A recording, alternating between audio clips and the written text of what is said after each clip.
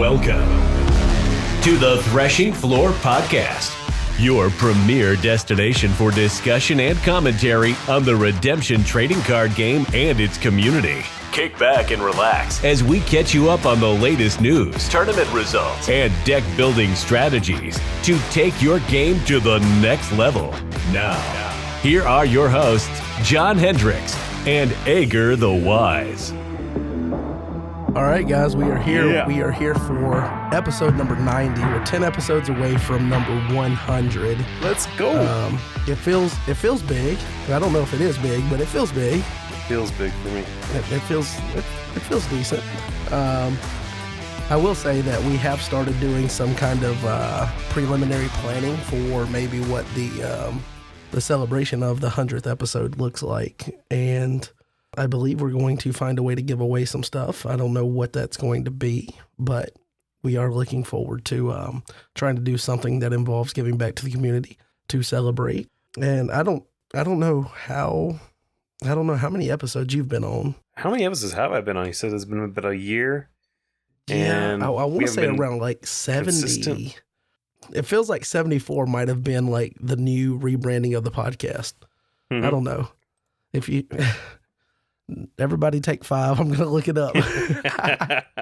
No, don't really take 5. Stay on the episode. Do not change that dial. Don't leave. Like a radio DJ. Don't hit that dial. Don't hit that dial. We'll be right back. So, welcome to the new era of the podcast. Was episode 76. 76. So that means that you are on your, is that 14? Yeah. It feels like a lot more, but of course we've had an irregular recording schedule because life. Oh, I missed one. So 13th. This is Lucky 13. Oh, Lucky 13. Okay. Hey. Jaden filled in for Did we give you a paycheck for that one? Year. We might have to get our money back. Man, you're right. I need to send that check back. But yeah, I'm looking forward to it. I'm excited about, some future plans we have for the podcast, but being that we are about 4 weeks away from your best estimated by the medical staff there, arrival date for your new blessing in your life, I guess I'll just give you the floor to kind of, to talk about maybe your plans for stepping away when that happens or whatever. Yeah. So, I think it's possible I'll be on the next episode. It all depends on if the baby comes early, but probably be able to be on the next episode. But after the baby comes, I'll probably want to take off maybe 2 or 3 episodes just to be extra supportive here. I know I have a mother-in-law here, and she's amazing. She's helping the family out, but like we want to have all hands on deck. I want to be investing in my son and my wife and my family as much as possible. So I might take some time off around then, but yeah, I mean, only God knows what's going to happen for sure. But I'm so blessed by this whole situation. Yep, absolutely. Definitely a blessing. And I want to make sure that we approach it in a way that we're kind of in front of it as far as, planning around it so that this should not be any kind of priority compared. Obviously, you've got the priorities in line. That's the main focus and being there for your family and things and being more present in the moment. The worst thing about, hearing some people's stories about, work situations or things around the arrival for a baby, usually some kind of stress can overshadow the blessing part of it. So I definitely don't want the podcast to be any burden for you in that. So obviously any time you want to take away for that. That being said, I'm not sure what I'm going to do for those 2 to 3 episodes. I don't want to skip any recording just because you're not available. So I'll probably reach out and maybe try to have either a guest episode or maybe you guys will get some of those weird solo episodes where I'll have to sit here and try to entertain myself. And then I'll know if it's getting bad if I start laughing at my own jokes and things. Or maybe I'll start throwing tomatoes at myself on stage with my jokes. Oh, get off the stage. Yeah, you stink. But we'll figure it out in due time. All that'll work itself out. But I do want to say that with my flexibility that I've gotten from, changing to salary with my job, I'm like, what is that, like 2 weeks or a little more into that? I don't know. Whenever we recorded last podcast, it was pretty fresh. Yeah. And so I've been leaving at 4 p.m. every day and coming home and there's still daylight, like What's enough going to actually on? use the daylight to do stuff. Not, oh, it's daylight and 30 minutes later it's gone. It's gone. You know, getting like 2.5 hours in the evening. And we've had some baseball stuff. So, and that's getting ready to thin out a little bit as we're into the All-Star season. So it'll be mostly, you know, practices here and there, not as many games. I'm looking forward to finding ways to purpose that into being, I don't know, more productive in different things. And one of the ways I want to, and I said it way back when me and Brad was working on the podcast, and you know, life kept us from being able to record regularly.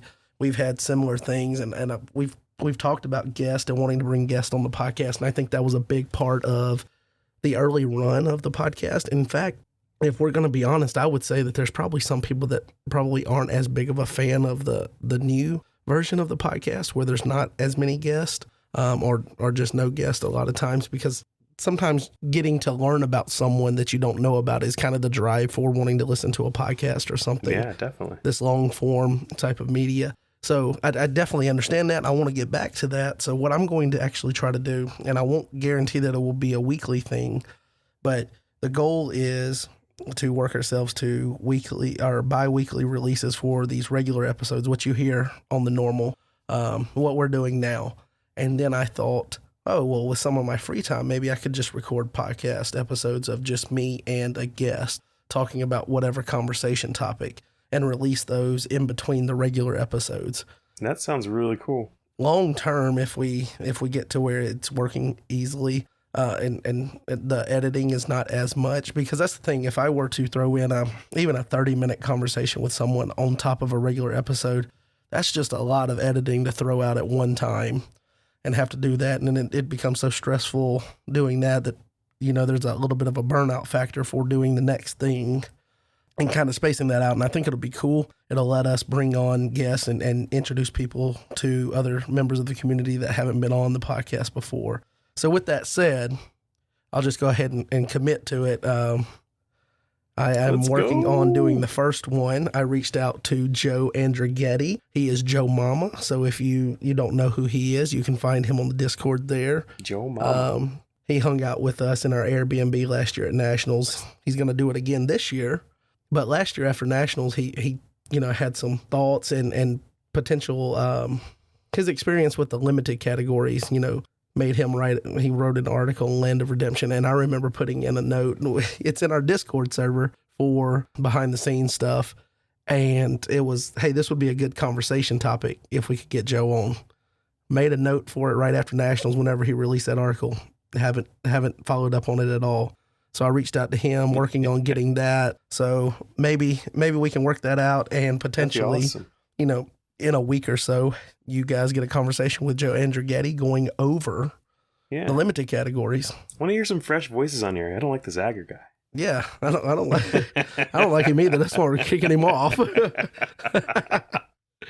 I'm just kidding. I joke. But speaking of, before we go any further, I do want to say that this episode, like all of the other ones that you hear, at least since we rebranded, are brought to you proudly by Your Turn Games. And I know we like to joke about, hopefully it's still proudly, but he hasn't told us no. And I guess kind of an awkward thing, it is about time. It has been about a year. We mentioned that before. Yeah. I need to reach out to Andy, see if he wants to continue this partnership. I assume he will, but hopefully that partnership will help us parlay into some cool giveaways for that 100th episode celebration. So I'm excited. That's what I'm thinking.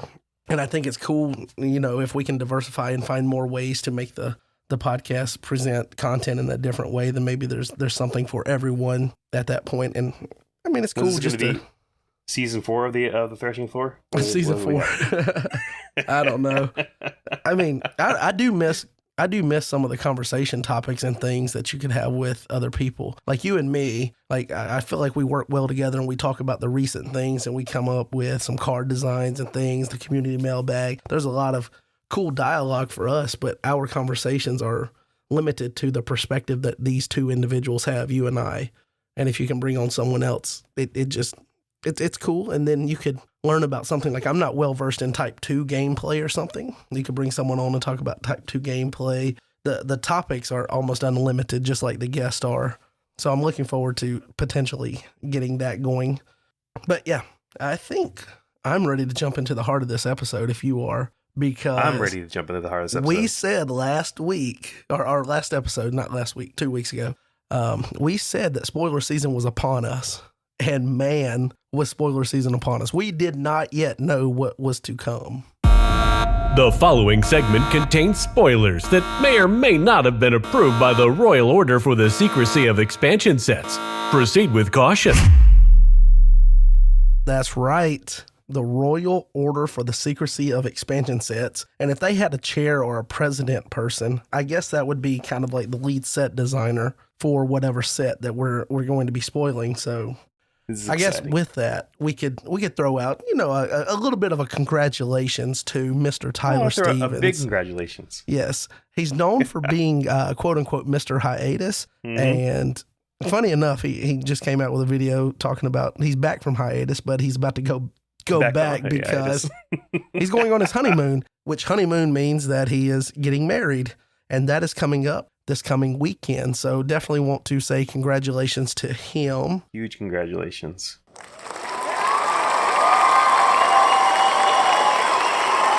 We just leave it going until it gets awkward? I think so. Let's keep going until it gets awkward.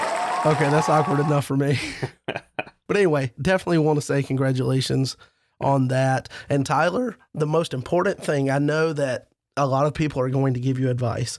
There's going to be fatherly advice given from people that have gone through it from your perspective, being the man in the marriage. There's also going to be perspective given to you and advice given to you from people that have been on the other side, to try to show you how to, see it from the other side. There's always words of wisdom from both types of people. And then there's family advice, friends advice, all kinds of advice. But there's one piece of advice that we want to give you here from the threshing floor that should supersede everything else. Okay. There's two. Keep God first. Number one, keep God first. Keep redemption second. I'm kidding. I kid a little bit. But don't let her change you, okay? We need more sets. We need more card design. We need more stuff. Don't be one of these people that get married and completely change and do a 180, okay? My poor little heart can't take that. Between that and the cholesterol, I'll just give out, But no, seriously, congratulations. Enjoy your, obviously, you're going to enjoy time around family and stuff and going through the actual ceremony, but then your time away on your honeymoon, doing all that travel. It sounds fun. It sounds like a lot to go through with, I forget, he mentioned on his video, and obviously we'll mention that video in a little bit, but he mentioned some of the places he's going to be traveling, and I do not envy you checking into other countries and things and going through all of the processes and things. So more power to you, my brother. But definitely congratulations. Can't overstate what a blessing marriage is when it's done right for God's glory, and praying for y'all, hoping y'all have the most amazing wedding and honeymoon, and that it is something that fuels you for the rest of your life, hopefully in redemption, but wherever God sends you.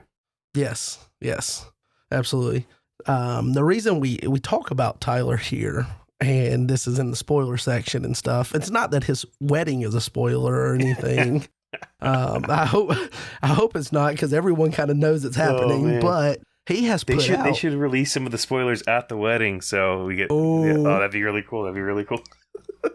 People there be like, what is this? if he brings redemption into the wedding ceremony, she will definitely take redemption away from him. So let's not do that. That's the wisdom that supersedes everything else, Tyler. True. Let redemption stay at bay for a little bit and go do your wedding stuff and then come back to redemption. Don't blend the two, especially not on the wedding day, okay? Anyway, so we've gotten some information on the new set from Tyler, but I kind of want to go in the order that we've received this information. Because I think that'll kind of help put kind of the mindset that Tyler had releasing this. Now, the first thing is going to be this article that he put out, and this is 3 redemption personas, and it's, what is it, Timmy, Jake, and Spike? Yeah, so Timmy, Johnny, and Spike. Oh, Johnny. Okay.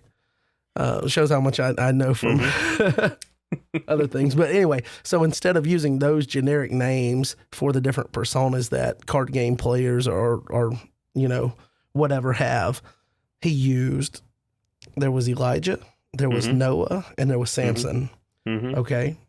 Now I'm not real sure that he used Elijah properly, because with the Elijah persona, I thought was going to be the person that's like, maybe your God's sleeping. Maybe your deck is going to get better next game. Exactly. Maybe you'll forget about the fact that you can't soul gen right now.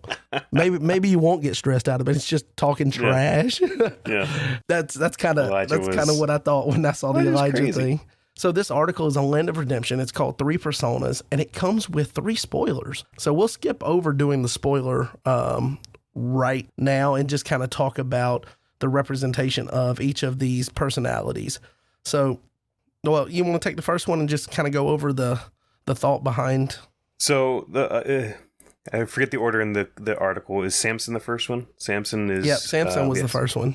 So Samson, in Samson here is to represent players pushing their deck to the mathematical limits, pushing their deck to the strength limits, finding ideas from other players, incorporating their decks. They're not building a deck around a theme. They're not worried about having to build something unique necessarily. They just want to build the strongest deck. If they need to borrow it from, share strategies with other people, sure, bring them all in. Let's bring everything in here. Let's build the strongest, most powerful deck. Like Samson's rippling muscles. This deck is full of power. This deck is full of cards that are effective as much as possible in the right order. You don't usually have dead cards and this card only works if I have these other 2 cards, and if it's a rainy Tuesday, etc. These cards tend to work very consistently. All about consistency, all about power. That's what Samson's about, and I think it's something that really fits with the tournament scene for sure. Yeah, as I read the article there was one player that absolutely personified that for Redemption. And it came to me and I was like, okay, he's describing this player. I don't think he put it here in the article. I think he ended up mentioning it maybe in I don't think in his video. Players, yeah. Or maybe he mentioned it in a comment on Discord, but I don't think he put any player names under these. But as I was reading that the first time, one player. Do you know who that player is? No, I have guesses, but I don't want to. Okay. When I was reading that, I was like, that's Josh Potratz all day long. Yes, he will show up to Nationals and someone else has got a different deck. He will change the deck he's playing at Nationals because he's like, oh, well, that was the better deck, so I had to play that one. Yeah. He has no loyalty to a deck per se. He has loyalty to trying to put the best deck together to win the unique tournament that he's at. And that's not a knock or anything. That's just that's what this type of player is doing. They're willing to sacrifice. Oh, I want to play this card I need to play that card in order to give myself the best shot at winning. Yeah, and that's an example of the Samson mindset is like the New Testament hopper that we talked about. Like New Testament hopper, Old Testament hopper, it's usually not going to matter for most type of decks. But if you're like, oh, there's a few decks, there's like 10% of the decks are running Old Testament soul protection, and no one's running New Testament soul protection, I might as well run the New Testament hopper, and you go out and trade for it, even though it's a 0.01% increase to the power of your deck. That's what Samsons do. They will make the trades. They will collect the cards that give them the best shot, even if it's just a tiny extra shot. They just want that extra level of strength.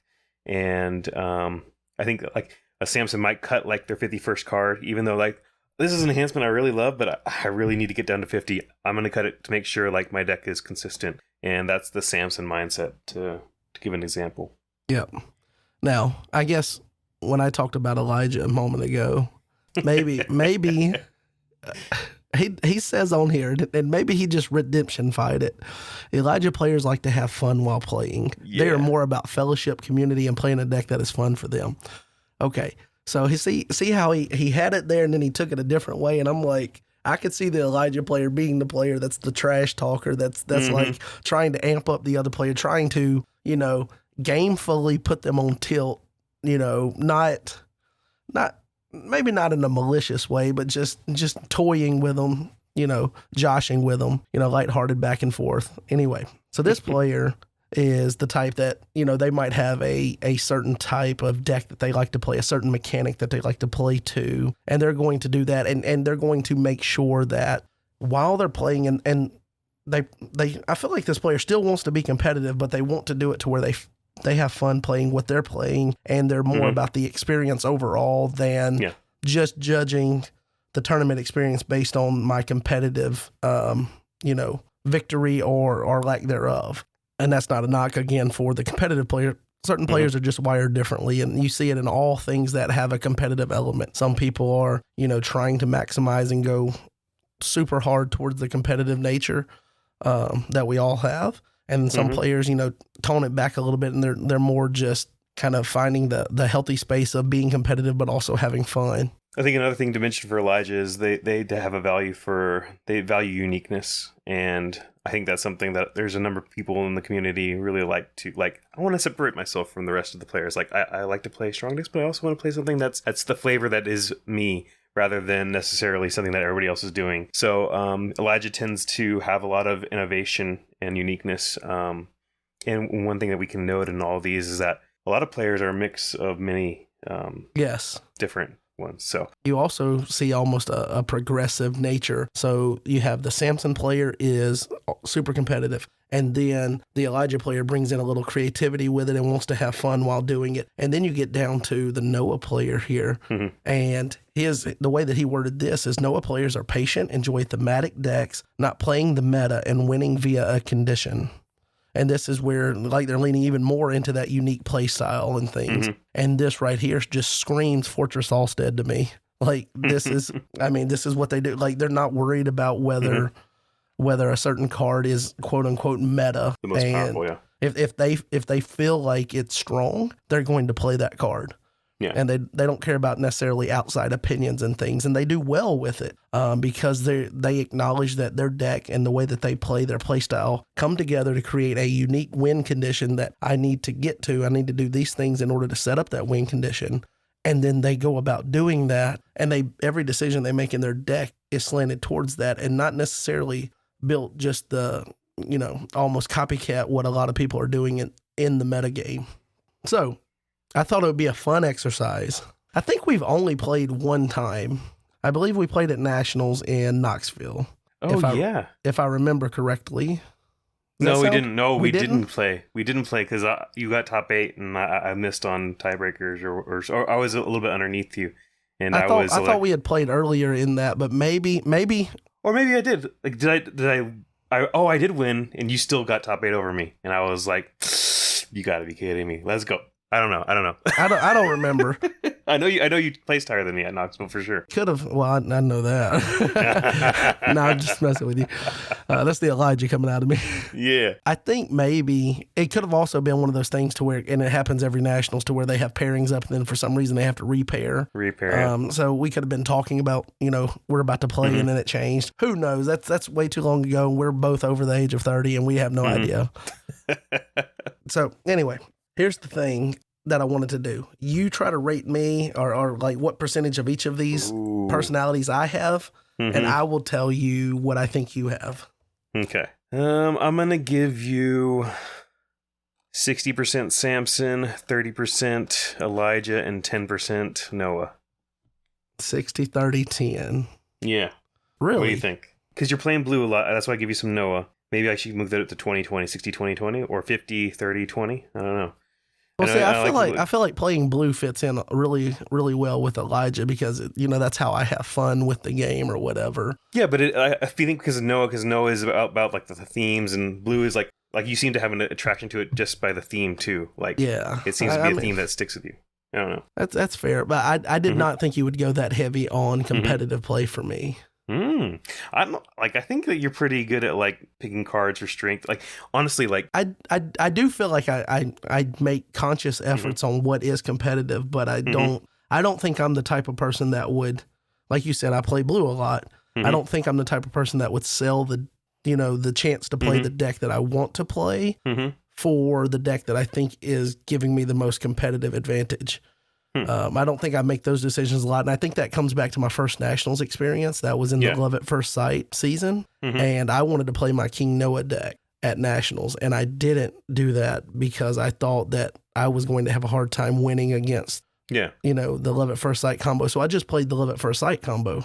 and I did okay with it. Especially for it being my first nationals experience and things, and playing players that I had never even met before and things. And I think that national served more of as a affirmation that I do know how to play the game. Like I've learned the ways that you play the game and carry out, tournament etiquette and things outside of just the actual raw gameplay. So I think that was meaningful for my journey as a player to go to that and have that first experience. But looking back, I regretted it because I would have had much more fun playing the King Noah deck, and they did rotation right after. And so I lost the chance to ever play that deck at nationals.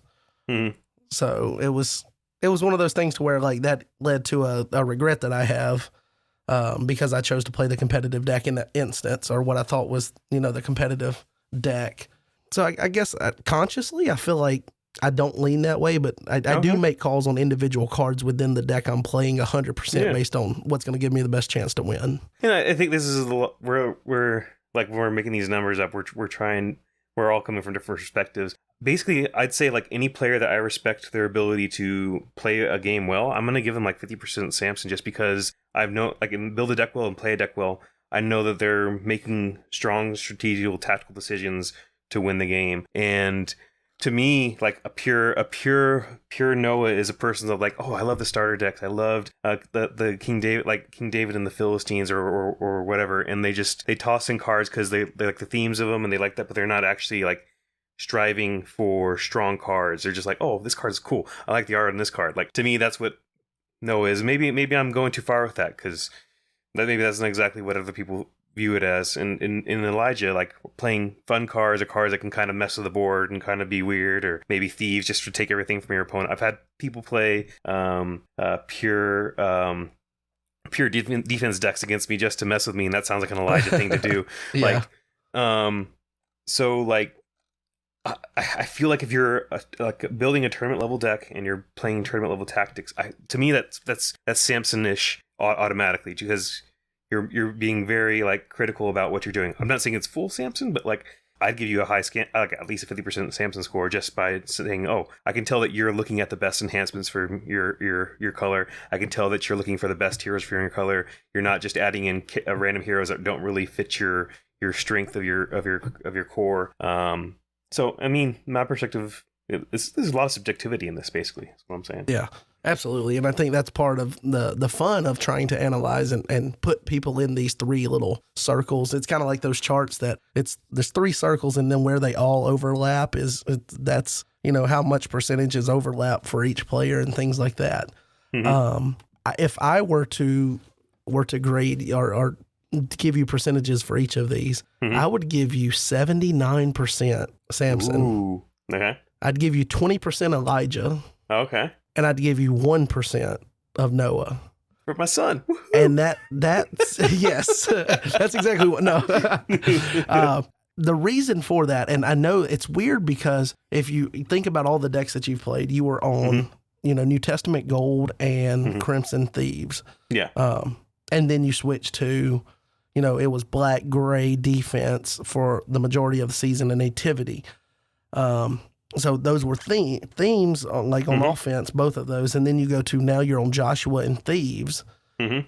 And I feel like even though you're playing, this is the reason that I only give you 1% Noah, is mm-hmm. Noah, you're not playing the meta and you're winning via a condition. And I think you mm-hmm. are...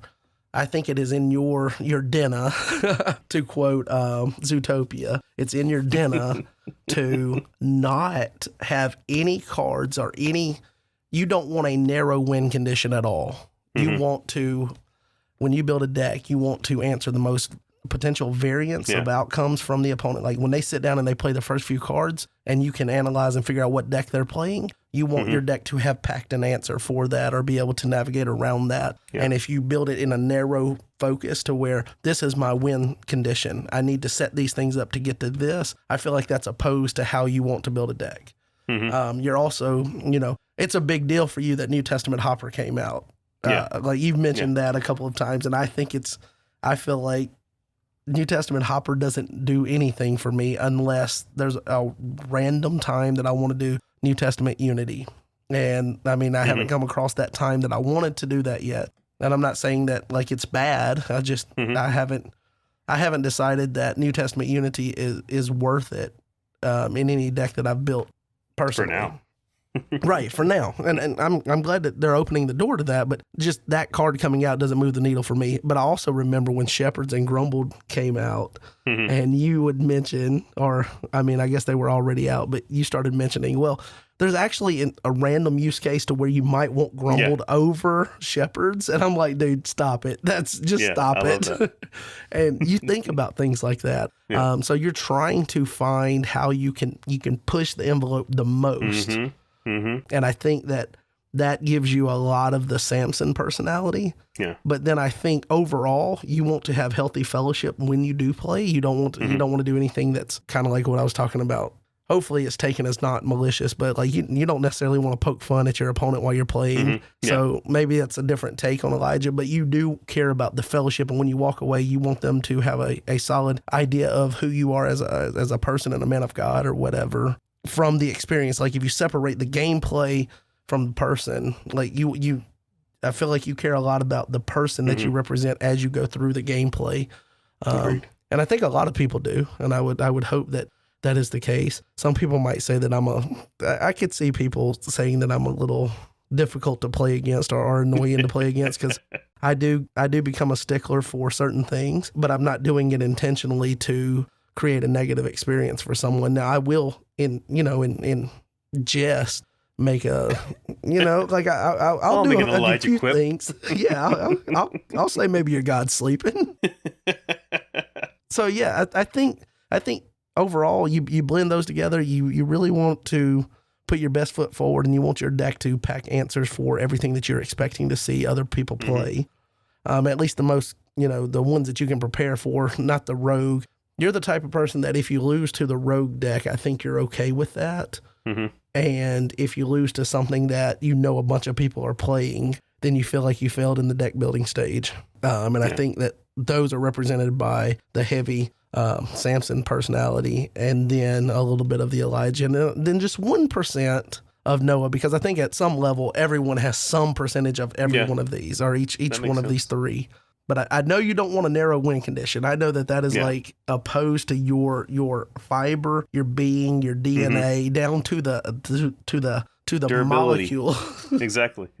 Yeah, I think that's pretty good. Like I would have given myself 80-20, and I think the 79-21 is actually even better. So that's really cool. I value uniqueness. I'm not necessarily specifically opposed to copying a deck, but like I would really rather just make something new, and I want to be an innovator in that sense. So that's why I would rather like have people copy my decks than me be copying other people's decks, and that's just how I roll. I would rather find something new. That's why I like limited, because you're always building a new deck, and deck building is fun to me. So I'll be honest, I'll copy anybody's deck. So I don't mind. Like if I haven't had time to build a deck, I will net deck with the best of them, homie. Yeah. I will take a Chad deck so fast, and I'll reach out to him and tell him to tell me how to pilot the thing. That's awesome. Like that's the way I roll. Like I've taken decks that Jaden's built before, some that Tyler's built, Rob Smith, who's not as active in the community anymore currently, but I've taken decks that he's put out. Obviously Jeremy and Jay, their decks. Just anybody that I believe has a good mind for building decks. Josh Potratz, I've taken a couple of his decks, but he has a very analytical way to look at things, and it comes across in the deck itself. And sometimes it's a little hard for me to pilot some of those without making changes. And I'm one that if I'm going to net deck, I'm going to play at least a handful of games the exact way that someone built it, so that I understand why every card's in and everything. And by the time I've got like 2 games in, I'm like, dude, I need to get this out of here because I hate this card, and I need to get this one in there. And I know that he has them in for a reason, but you can tell certain personality, like the analytical stuff of this is in here for this exact scenario and type of thing. It's not dead other times. It's just useful other times. But for this one thing, it really is in here.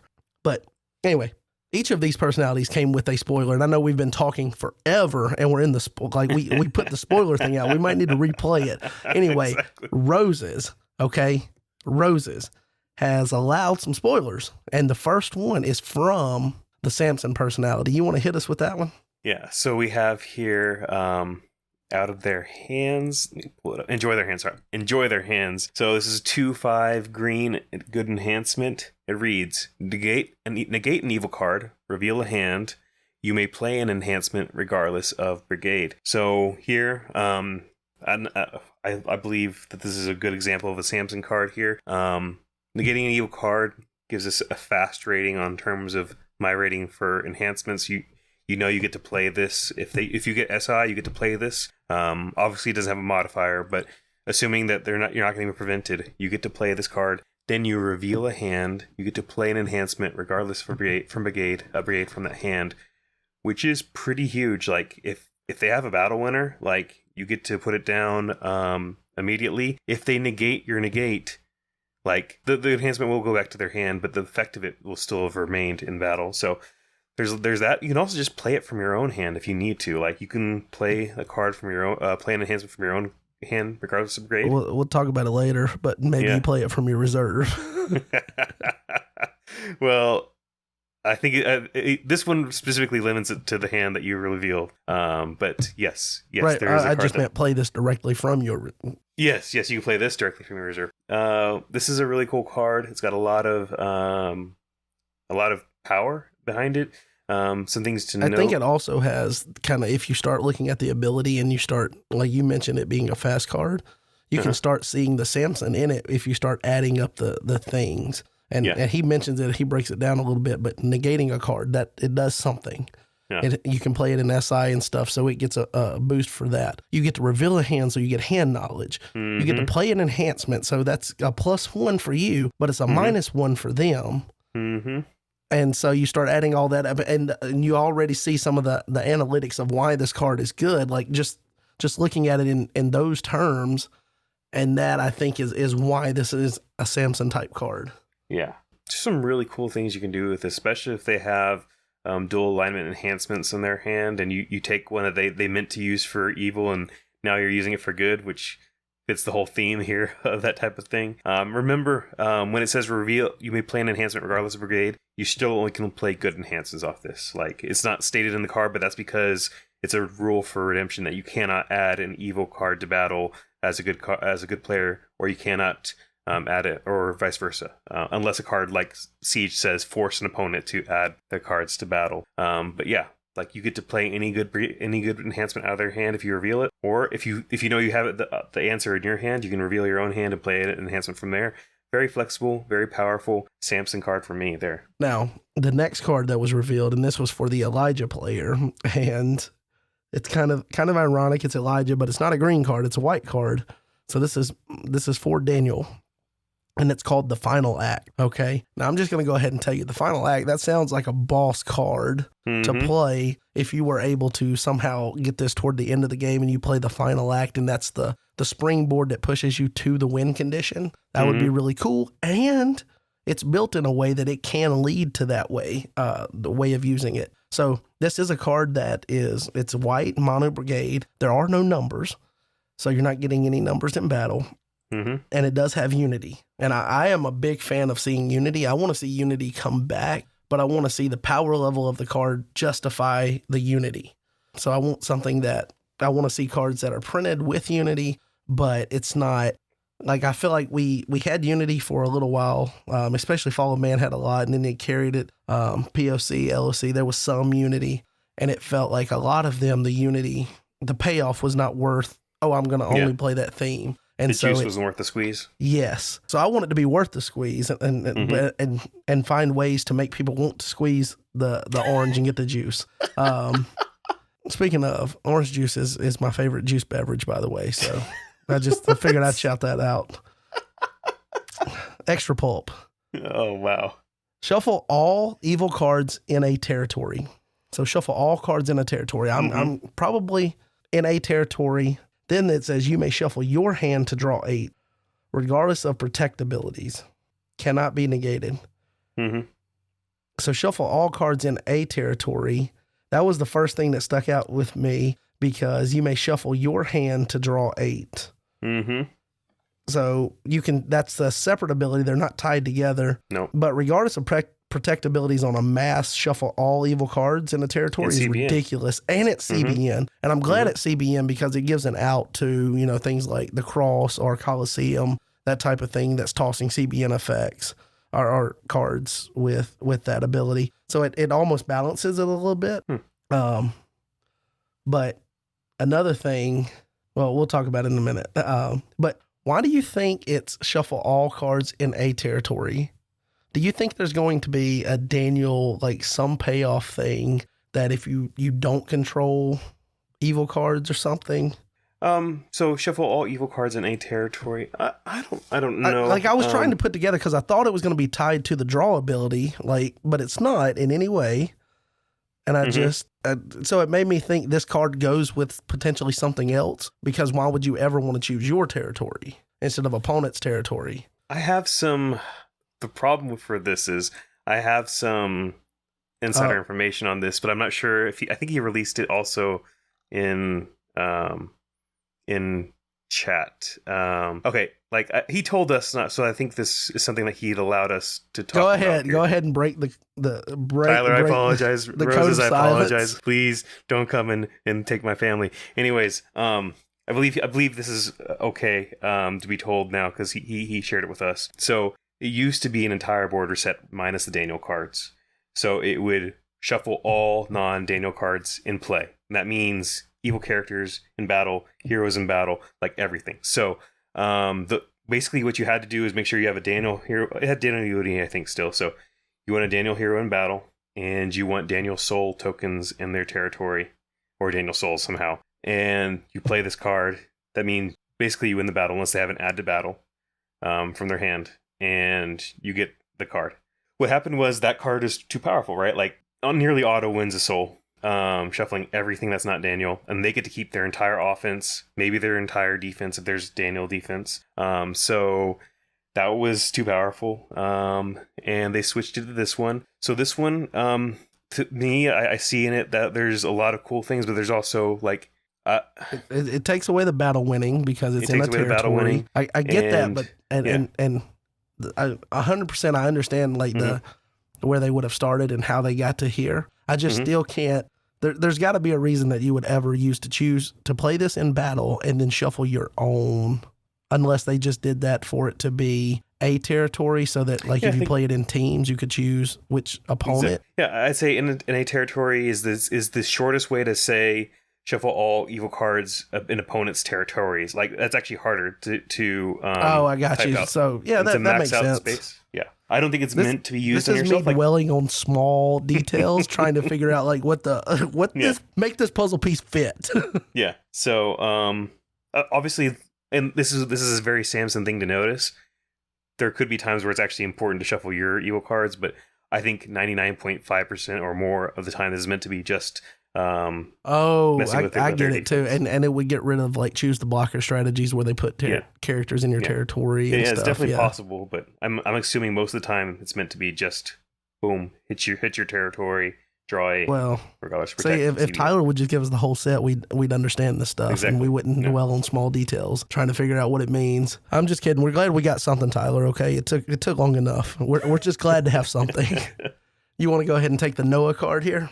Oh, and I want to pause real quick. I was just thinking, like, maybe we should give some ratings to these cards. I'm going to call them Samson ratings because I'm thinking about these in terms of tournament power levels. So going back to enjoy their hands, I would give that a Samson rating of 8 out of 10. I think based on what we've seen, this looks like a very solid card for green to play. It's a good enhancement from the play. I'm not going to go much higher than 8 right now because lacking in a modifier does it presents a strong. Although it is Isaiah reference, right? So you can play it on Isaiah himself, and that's really cool. You could give it modifiers potentially. Yeah, you can get it modifiers. I'm going to give it an 8 out of 10 because I think it's a really strong card. I think it has a clear weakness in no modifiers, but otherwise it's a card that I want to play for sure. And then moving on to the final act, I'm going to give this a Samson rating of, I'd say 5 or 6 out of 10. It's a really powerful effect, but because it's a slow effect, it's not interrupt the battle. Like you don't just get this you don't get a negate. You don't play this during SI, unless this is a provisional saying there's no good way to play. You play shared meal and you get this out of your reserve. Well, that's the thing. It is in SI. That's But the it thing, doesn't shared it meal. doesn't win you the Exactly. battle It though. doesn't win you the battle. You still So, die like, afterwards unless you have exactly. battle extension. That's what I'm saying. But you could if they come out with a character, put you in SI, and they think, oh well, you're not going to get to play that card if they know you're playing Daniel. Yeah. And then you still get it and wipe out their stuff, get to exchange your hand for, or shuffle your hand, get 8. And on that, you draw your, I don't know, some dominant that will let you add to Your battle. chariot of fire that lets you add it into profit battle. Yes.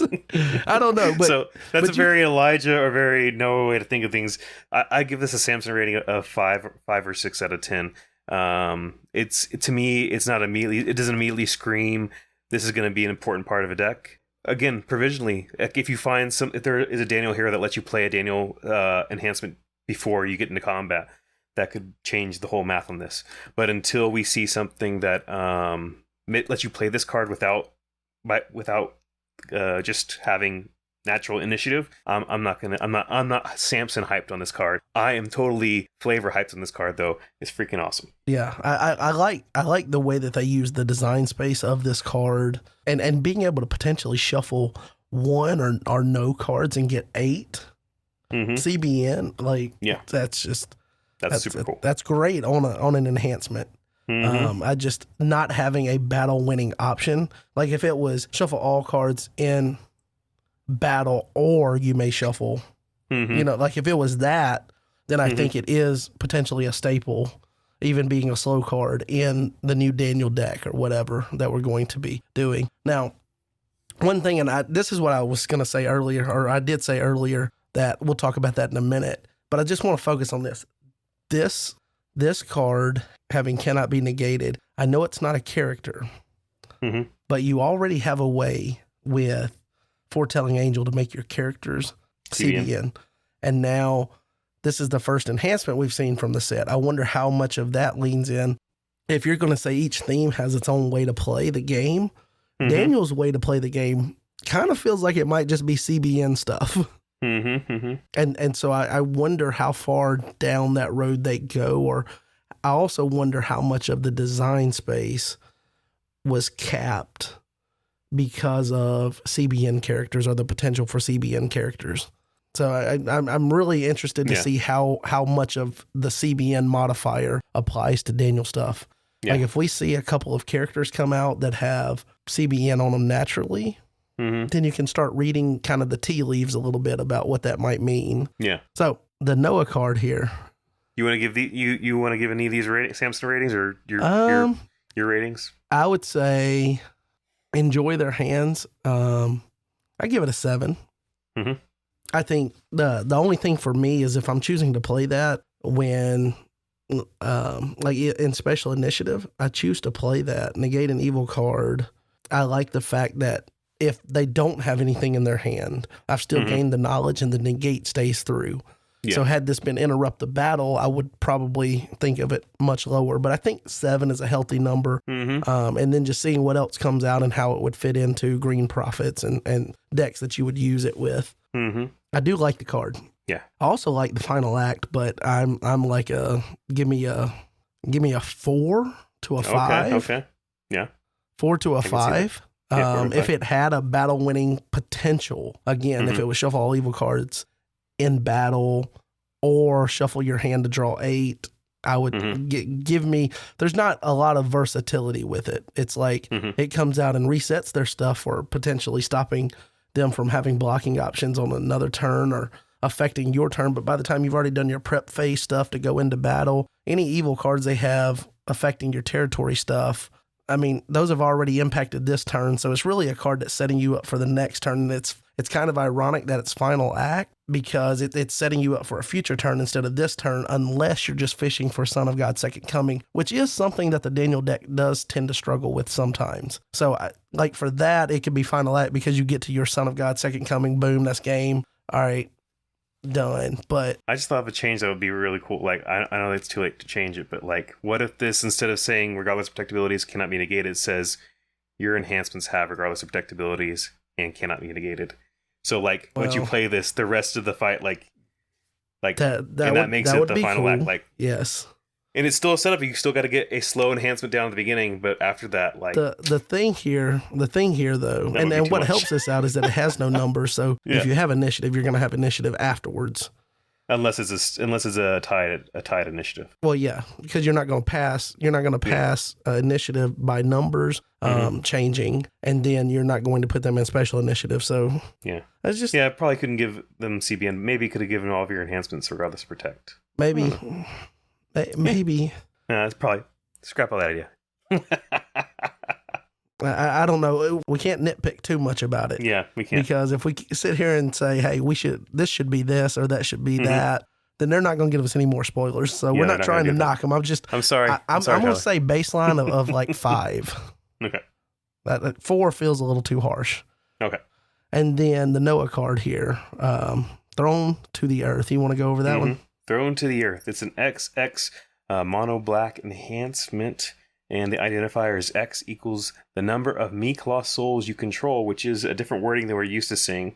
The special ability is discard a hero or up to X heroes. You may draw X, which is limit 3. So this is a really cool one here. The identifier is a little bit different from other ones we've seen. Usually X is your Me-Claw souls, but this one's Me-Claw souls you control, which means it can count tokens given to you by your opponent. Which I love that subtle change. Exactly, which would not normally count as yours, but these are you control them, so that's good. One of the cool things about this card is it can be one of the most amazing toss cards in the game, along with Surreptitious Scheme, I believe. There's the other one that has an X for Me-Claw souls, but like toss 10, toss 12. That's amazing. That'd be really cool. And then, of course, there is the huge synergy with, I believe it's, is it Sisse? Cicera? Cicera? Yeah, Cicera. That makes her CBN? Cicera is a completely different. Yeah, that's in Clouds over Philly. Cicera, yeah. So giving this card CBN, it is slow, but like if you ever get to pop this off for 4, 5, 6, like good grief, there you go. That's crazy. So I think it's a pretty cool card. Yeah, I think the fact that this does a few different things, meaning that if you're willing to play, even if you're just playing Lost Souls and you're giving yourself the tokens, that way you still get abilities. That would work, but being that you can get this up to an unlimited number, because discard a hero or up to X heroes is unlimited. Only the draw is limited to 3 because it's a different sentence. It doesn't apply to both. So I think that's huge, because this becomes, and I'm a huge, like I can't tell you how much. I would almost say that the entire like way that I'm playing the game right now is thinking about permanent hero removal, because people it's the notion that, oh, well, you don't play enhancements now.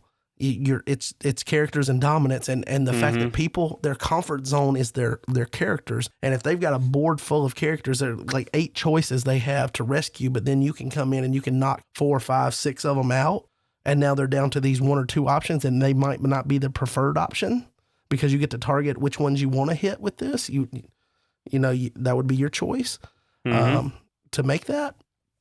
I think that can be huge. It's why I love in the Clouds Over Philly deck. I built it to take on Joshua because I knew I was going to see a lot of that. And it was chaining those Philistine weapons to pick off the main heroes in their band. And then at that point, you just try to use, follow-up rescues. You're trying to use Goliath for potentially auto blocks because they don't have others to present.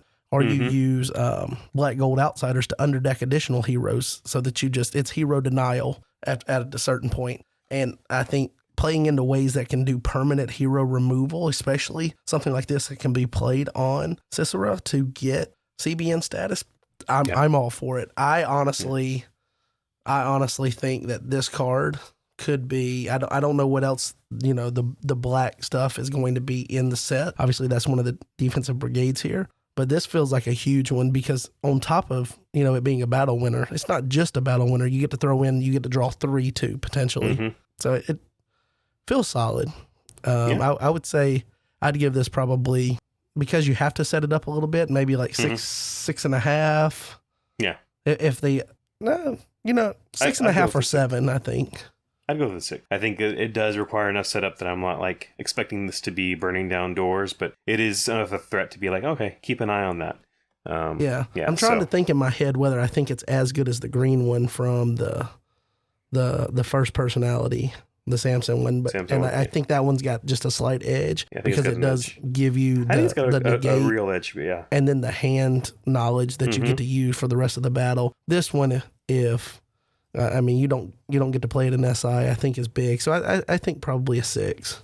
Yeah. Oh, and I was wrong on the X Meek Lost Souls card that was questioning Christ. Surreptitious scheme is a different type of X card. So okay. Just clarification there.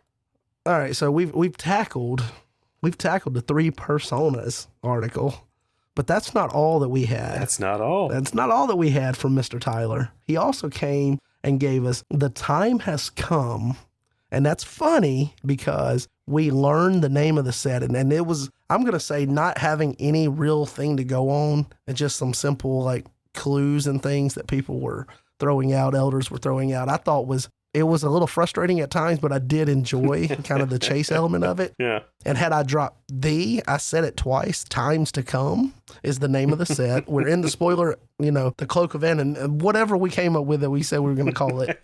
We are behind the curtain of anonymity. Like, if you're still listening, it might have been, an hour ago, it feels like at this point, but we did play the spoiler, so we're protected. Times to Come is the name of the set. Times to Come. Times to Come. So the time has come. You see what he did there? See what he did there? A peek behind the curtain, part 1. And so this is, again, with our friends at Land of Redemption, you can go and find this article there. But we're going to just kind of let it. We don't want to go through this article like we did the last one and take a whole bunch of time. But we're going to review the cards.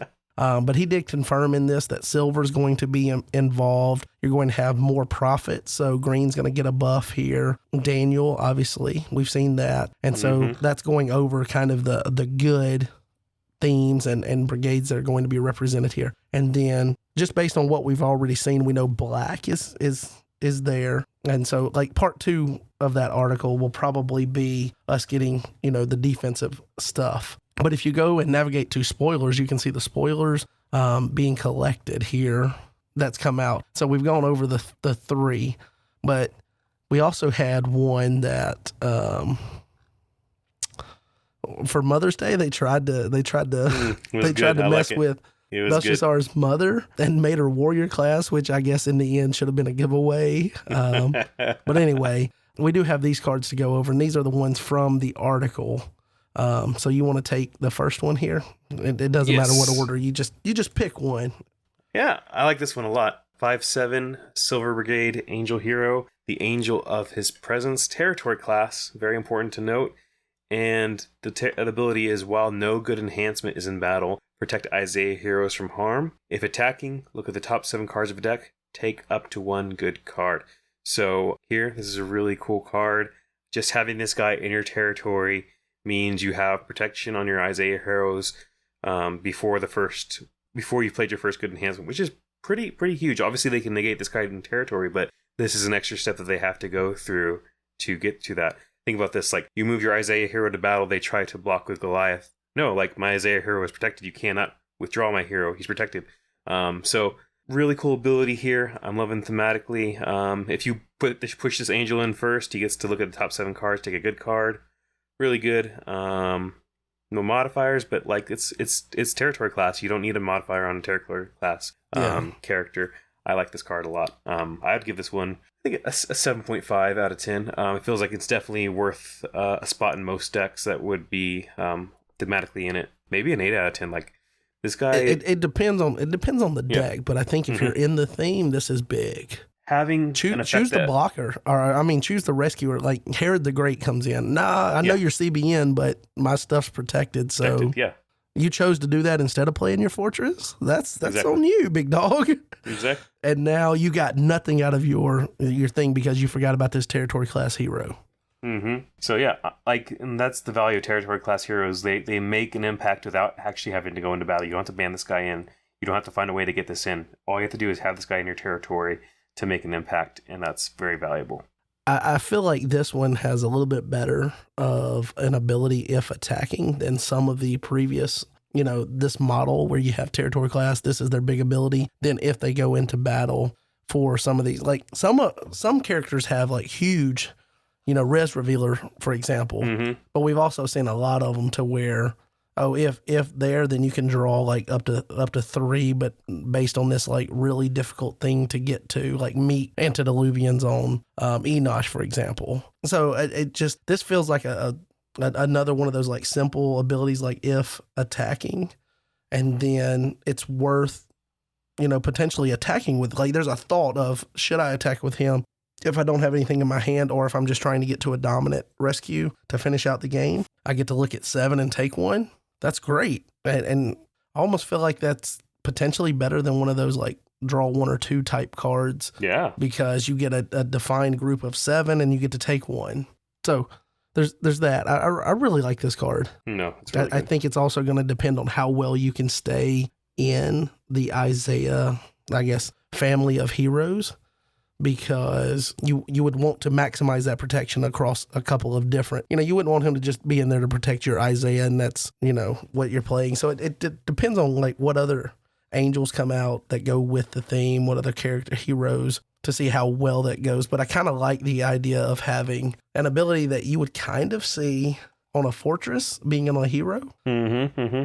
Yeah, I know we've seen Protect before on territory class characters and stuff. It feels like, I don't know. It's a solid blend of 2 simple abilities. Yeah.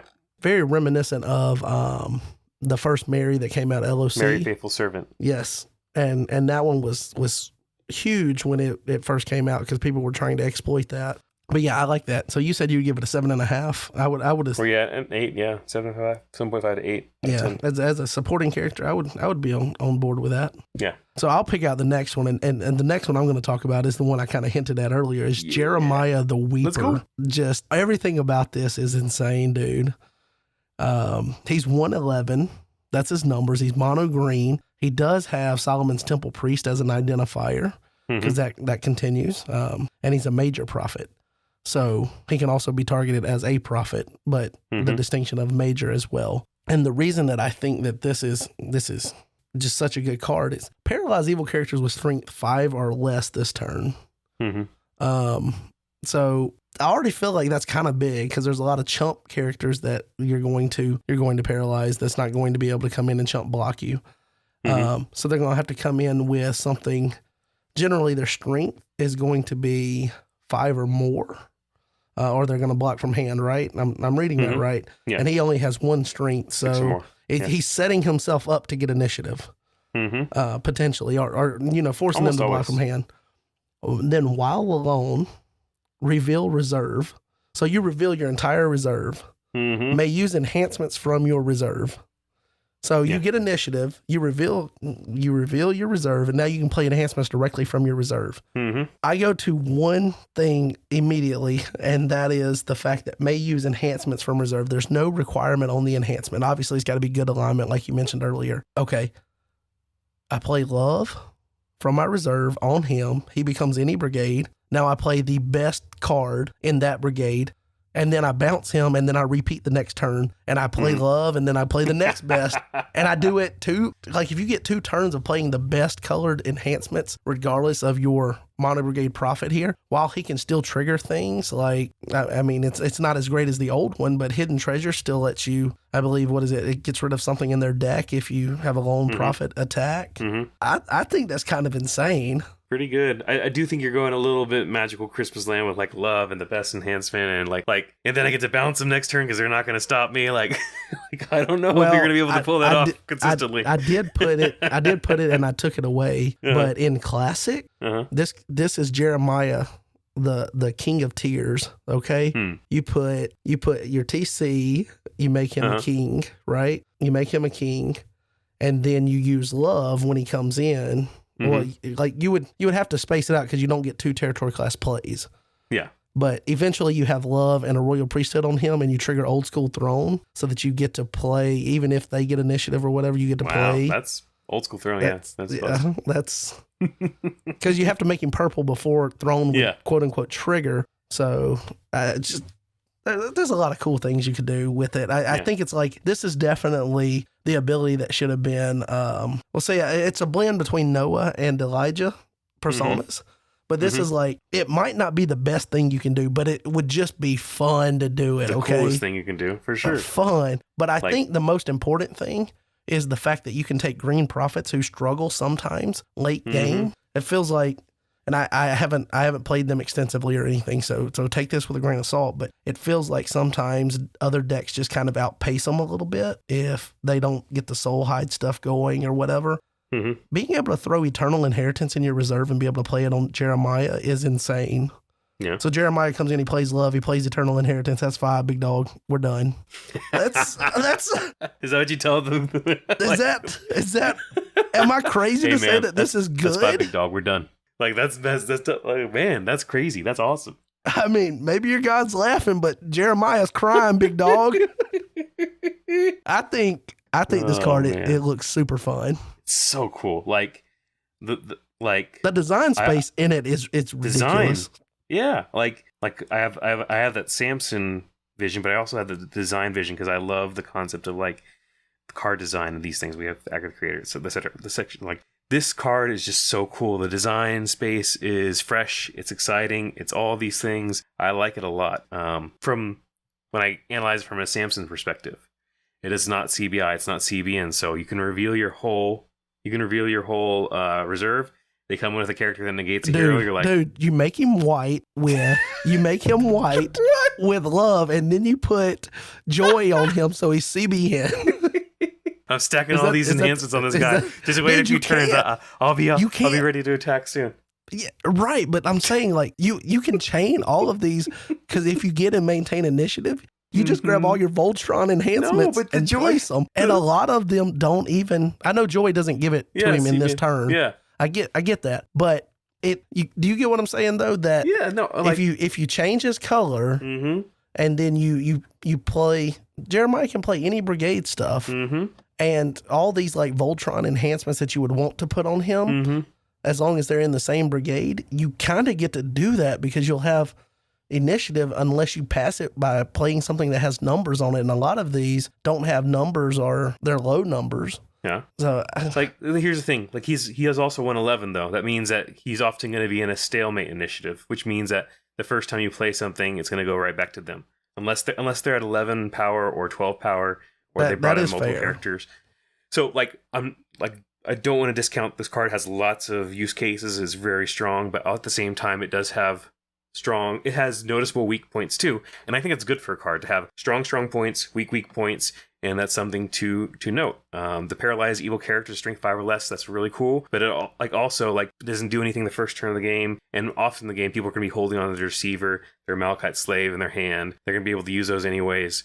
So it does make an impact, but it's also not like game-breaking impact. And the revealing a reserve, like that's a good impact, but it's also got a clear thing for them to attack. If they can negate your hero, there goes all the benefit of having that effect. And remember, like even if you try to Voltron this guy, they just Christian martyr him, right? Like there's no, they don't. No? They don't Christian martyr him because you play the old Solomon's Temple after you've made him a king, and then you can pitch a single like mono brigade. What is it, white or teal enhancement? Maybe it's teal. You just have something.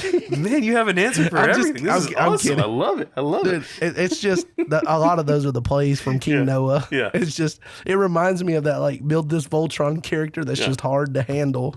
Yeah. And yes, I acknowledge the weakness and stuff, but this is absolutely the most fun card we've seen spoiled. Definitely. I don't care what anybody says. You can argue with me on that if you want, but this is insane. I'm going to have fun tinkering with this card. No, sure. 100%, 110%. Well, I'm just waiting for what did you say, the Jaden episode? Or who somebody said there? Oh, yeah. I said, coming to a redemption with Jaden near you. Yes.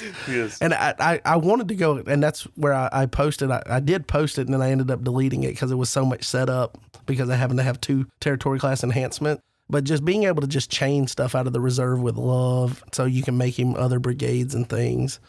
And maybe that's not as good if you're in that stalemate situation to where Love then passes or whatever. But depending what you gain out of that, he's going to be fun to play with, especially. And this is the thing, you're thinking about that Samson player. You said that's where you're looking at it. Mm-hmm. Think about how good this guy is going to be in booster draft. Mm-hmm. to where if he's the only green guy you got, you don't have to put those green enhancements in your booster deck to where they're dead cards with other characters. You just stash them in your reserve. Dude, this card is insane in booster draft because not only that, Paralyze gets a lot better in booster draft. Yes. And modifiers aren't as bad. Like, lack of modifiers isn't as bad in booster. The game draws out like 6, 7, 8, 9, and that means there's probably going to be more evil characters in territory. So, like, potentially, like, they could have a handful of orange enhancements and a tiny demon that they want to play it on, and like, oh, that guy's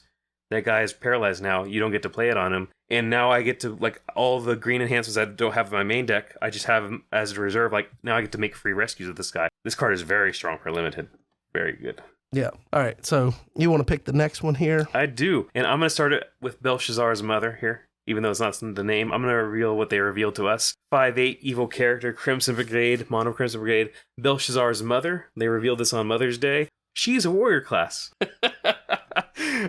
If blocking, you may discard a captured character to underact up to 2 Daniel Lost Souls. May ban to a Babylonian, cannot be negated, an identifier Babylonian royalty. So that was Belshazzar's mother, but they switched it on us and they said, actually, it's Belshazzar, the Reveler. So instead of Babylonian royalty, it becomes Babylonian king, and exact same text otherwise. I like this card. It's really strong. A strong comparison is Annis. I believe the Annis the Elder from GOC, a powerful Sadducee blocker. And I think they do compare pretty well.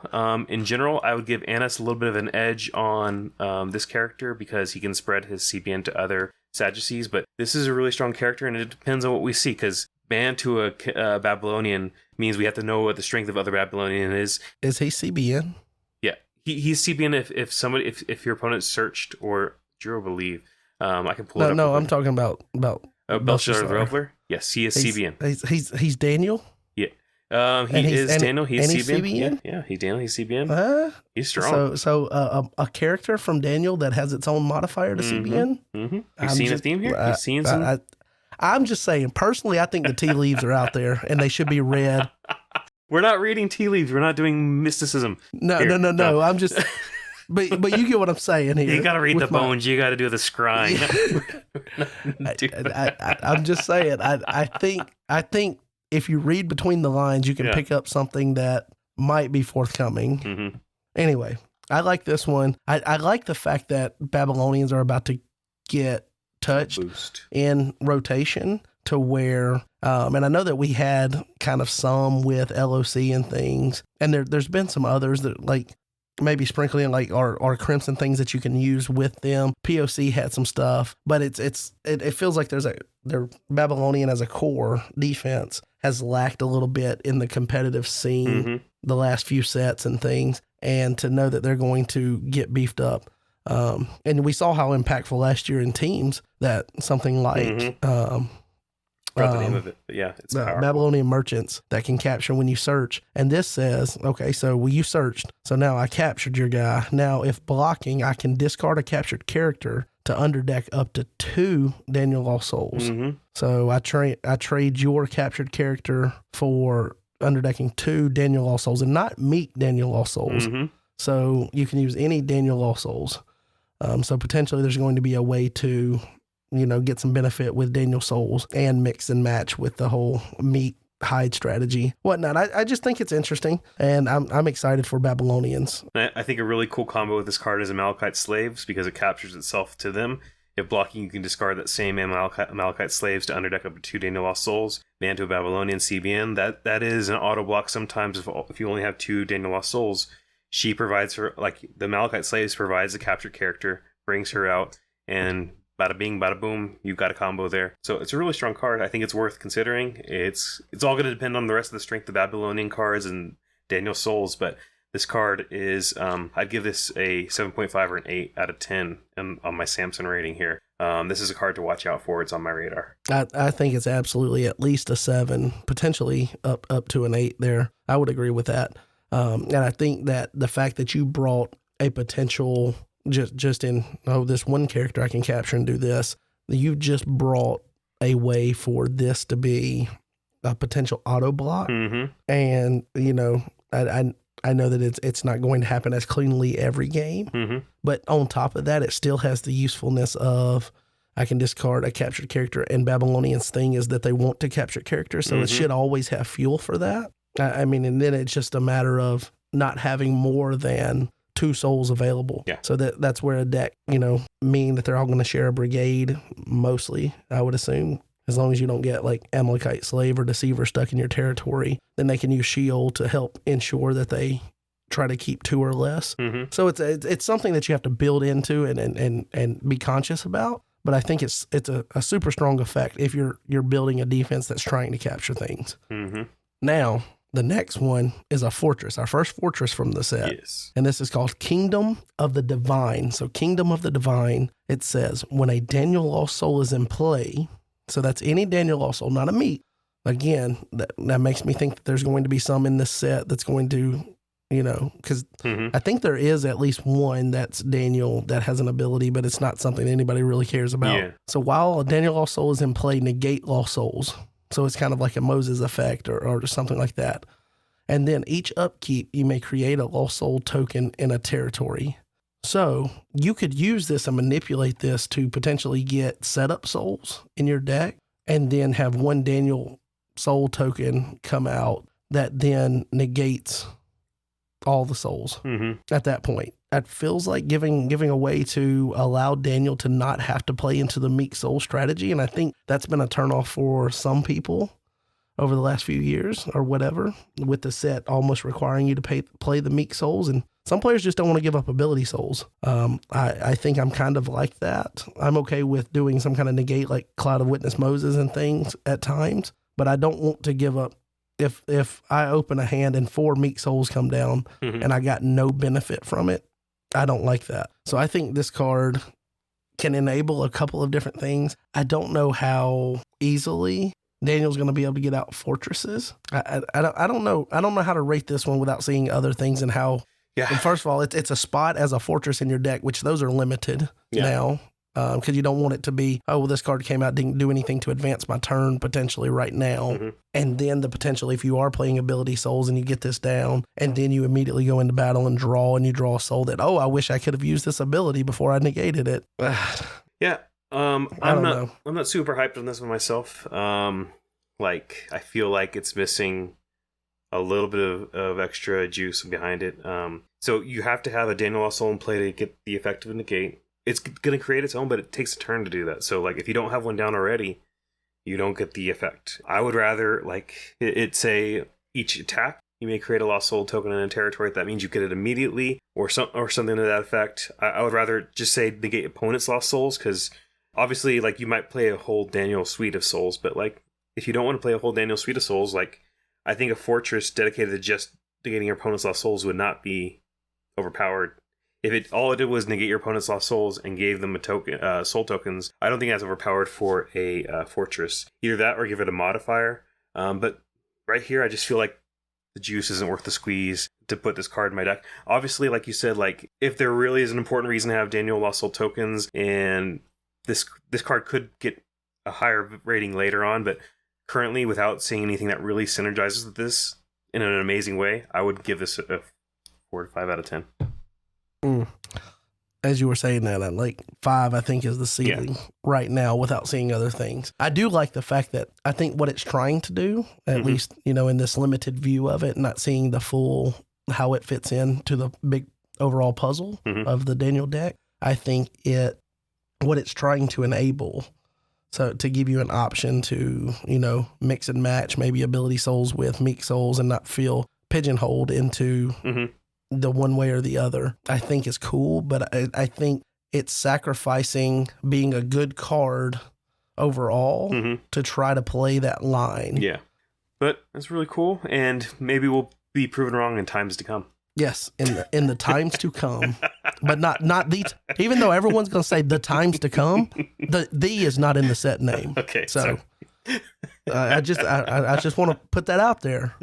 Okay, so if I hear an elder say the times to come, I'm going to call them out. I'm not going to be that salty about it, but it's weird because the Fall of Man, and I thought that the prophecies of Christ. Like, I think at one point there was maybe there's not. Mm-hmm. The gospel of Christ. So I thought the was in a lot of set names, and then times to come. And like, I know there's not the Israel's rebellion or anything, but I don't know. Anyway, it was a fun guessing game, but I'm glad it's over. Yeah. All right. So now, and we're going to try to pick up the pace here a little bit now that we've gone over these spoilers. Definitely glad to have all these spoilers, but also this is turning into be a long startup to the podcast here, and we've still got a lot to go over. But Cactus did make an announcement, and I talked to Brian this morning. So break down that fourth wall, because it's a tradition, baby. Break down the walls of Jericho for those wrestling fans out there. So Rob put out, we're recording this on Sunday afternoon. So Sunday morning, I think it was like 8 o'clock or something, he posted that I saw where Cactus is going to start accepting wholesale orders for the new set July 1st. Those orders, so those that are received the wholesale orders, and that's for retailers and distributors and things, they will start shipping those orders to distributors, retailers mid-August.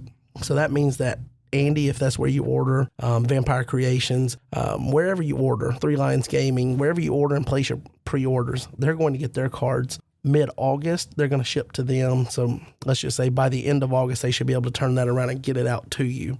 So that creates a kind of a healthy view of the expectation. I wouldn't expect to get cards if you pre-order with the retailers before September, if they're not getting them until mid-August. And I think setting yourself up and being like, oh, well, they'll get them mid-August, so maybe I'll get mine at August 18th, I'll have cards. You're going to set yourself up for disappointment, so just don't do that. If you want cards sooner than that, come to Nationals, pre-order, get some Babuni tokens, support the team of people hosting that, make it a huge Nationals. Do that. But don't sit there and think you're going to get your cards super early. So be realistic about that. But the thing I wanted to kind of harp on, and I talked to Brian about this, and I told him I might go into a rant on the podcast. And I hope that if this turns into a rant, that it is done. I think people know that I have, like the game's best interest at heart from all of my involvement over the years. But this one really struck a nerve with me. Due to the tariff situation, and I know that that's a terrible situation for importing things, there will not be new card covers for the new set. The new set will be packaged in old card covers with a sticker like has been done in the past. Mm. I'm immediately disappointed. I'm disappointed. I'm frustrated. I am. And here's my thing. I understand that you have to make the best decision for your business as possible. So I'm not knocking Rob for making the decision.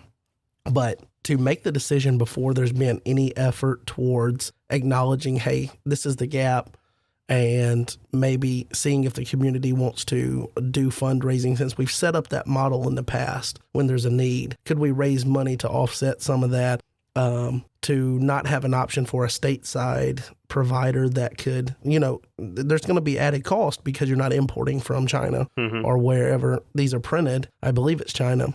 I get all of that from the business standpoint, but come up with, it's going to cost, I don't know, $10,000 more if we get them stateside.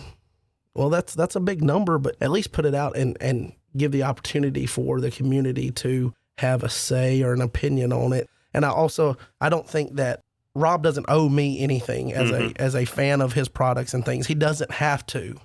That's where I'm saying, I'm not blaming him for making that decision and moving forward. I'm just a little disappointed that since we had the model for fundraising and things, and we've done it before, why that was not, at least looked at as an option. Because I don't want to get Disciples packs with a stupid sticker on it when I'm looking at a brand new set and I'm chasing cool, new ultra rares, maybe even their foil again, maybe. I don't want that. Yeah. Experience. It feels like a cheapening of the overall brand that we've tried to create for Redemption the last few years, where everything is kind of new and fresh. We've got this mini reset with new card design, cards packaging and things, new starter decks. And you start thinking about, okay, well, this is kind of like the white borders on IR and the starter decks. It's another thing that just gives off an appearance of we're not as serious of a card game as potentially other card games, and it feels bad. It sits bad on me. Yeah, to offer a different view here, we could say that what if he's potentially looking forward to doing another fundraiser within the next few months, and he doesn't want to be dipping into the same well so frequently as to get the community mad and saying, hey, like, why are you constantly working on these fundraisers? Like you're a business. Like why do you like? That is fair. That is fair. There's all sorts of things. Like it is true that the community has given a lot of goodwill in terms of like fundraisers and stuff. We've been on board with it. There is a certain point where you start breaking off and more people get more upset to keep on running into fundraisers. And it's different for different people. Like you are so like into the game, and most of the active community on Discord is so into the game that like even if they can't afford the fundraiser, they're like, that's so cool that they want to do the fundraiser. But I can tell you that some people get turned off by like, oh, they're asking for money again. They're asking for money. Like, is it not enough that I bought a box? Is it not enough that I bought like? There's always that to consider, that like if you go to the well too many times. Let me ask you this, because I feel like at least the community that I know, like that I interact with in person, you know, going to our tournaments and things. And I'm not saying that your opinion on that is not valid, because I'm sure there are people in that situation, but I feel I get a lot of the opposite vibes to where there's people that want to invest in the game and see the next exciting thing. And what's the next thing? What's the next move? Yeah. Brian Jones is a big one. I'm a big one. You know, well, get around Chris. Chris is, you know, a lot of times he's hyping up what the game's going to look like in a year from now. This is, I mean, you're going to just stick with it. You're going to enjoy something we're doing, and, you know, dropping little like teasers without giving you any real information. Then you have to poke him until you get the information. And just, there's a lot of people in that situation too, that potentially this is their hobby. Like I've chosen this as like my main hobby, right? I like tinkering with my car. I like going fishing. I play a few video games here and there, play guitar some, but I don't spend a lot of money on those other hobbies. And a lot of time and effort and stuff is spent on this hobby. And at a certain point, it feels like at times we kind of get stagnant and we don't have the next push for like, hey, what's the thing that's going to generate excitement and buzz? And I don't think a new set coming out and having stickers across an old pack, and to where now you can't put them on Amazon and things and in retail stores because they don't have a unique UPC. I don't think I feel like there's enough people in the community that want to support the next thing, that even if they were to, you know, acknowledge, and don't acknowledge it by saying, hey, we're going to do a fundraiser. Come out and say, hey, this is the need. Would you guys be open to potentially running a fundraiser for this, or, you know, adding some new product on the fundraiser page to support this?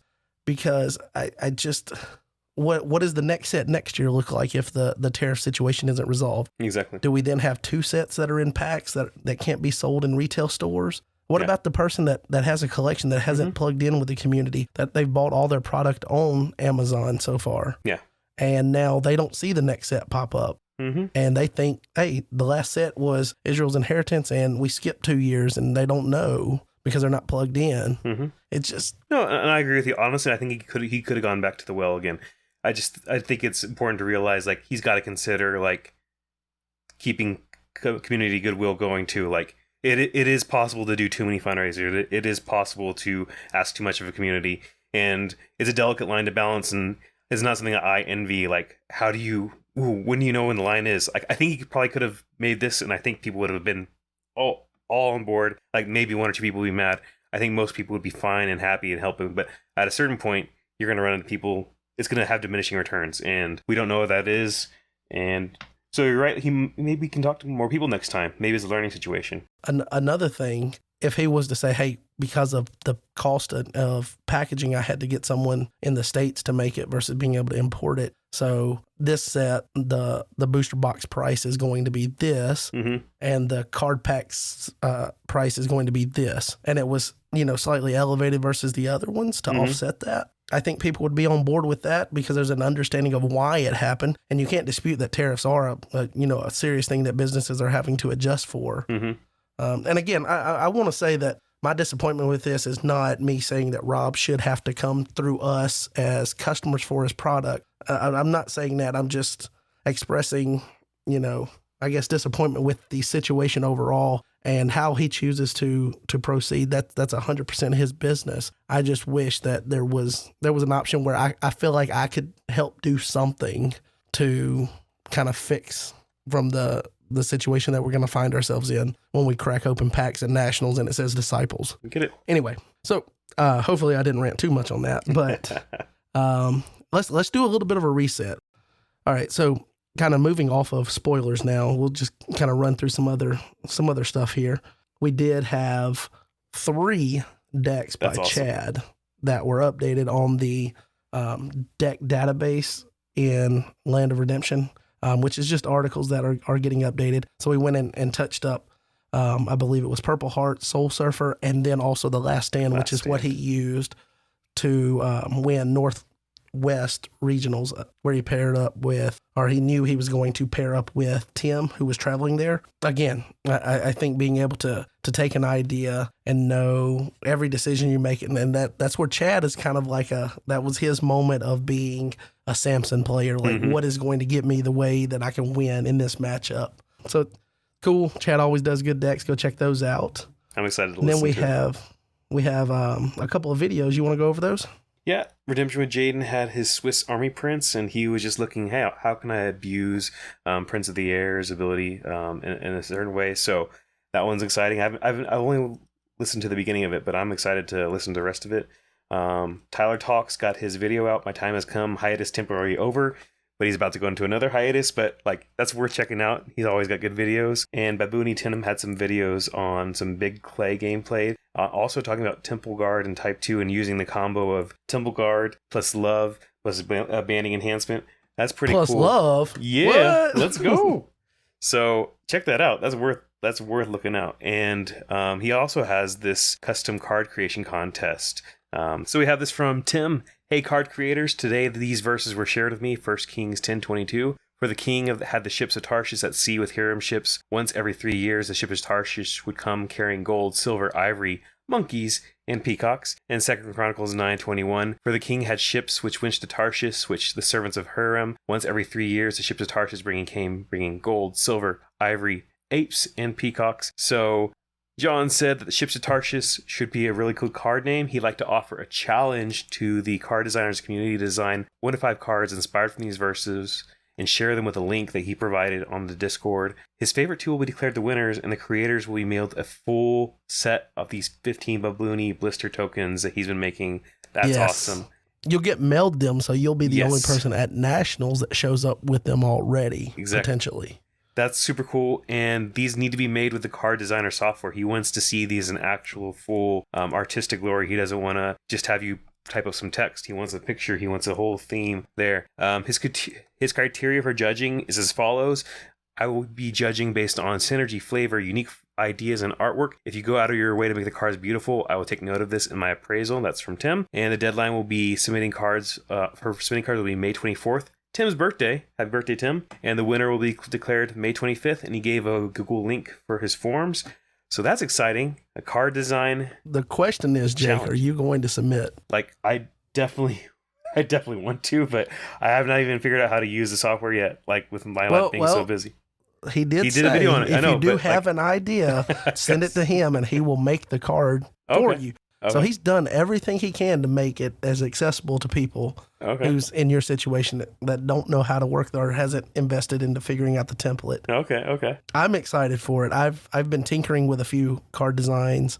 It's kind of hard to take such a small thing and then build out like 2, 3, 4, 5 cards that kind of work together because you want to have some synergy between them. But my thing is, I think it's going to end up for me being something like the Bethany Trio, to where it can work with other things, but there's a reference back to a couple of things. So it like Bethany Trio is basically 3 cards, and then it can fit in with other stuff. Okay. But I'm excited to make my submissions. Hopefully I will not forget to submit them, finish them up and submit them. So Tim, before you follow through with this, if I haven't submitted anything, check with me because I've got them on my work computer.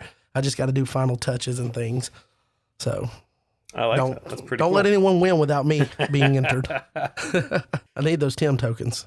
And then after I get Tim tokens, I'll need more Tim tokens. Yes. We are going to go over a couple of tournament results. I'll just tell you. Kentucky had 5 locals that they played Type 2 at. Brian, I believe, is gearing up to play Type 2 at Nationals, try his hand at that. They had 5 locals, and Brian won all 5 of them, followed by Isaiah Johnson coming in second for all 5 of them. So that was pretty easy.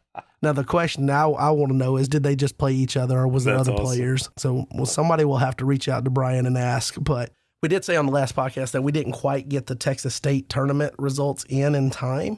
So we didn't have those last time, but we do have them now. So we're going to run over those. In Type 1, Mr. Joe Schaefer came in first. Jonathan Steckman came in second. Buddy Dunn and Terry Markoff tied for third.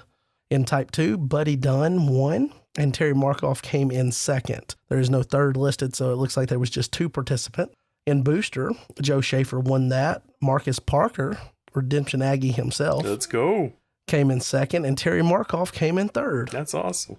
And just for a point of reference, Terry Markoff is the one that gets referred to by Mr. Miyota all the time for being the oldest active Redemption player. Yeah. So it's nice to see him. He's awesome too. Getting involved here.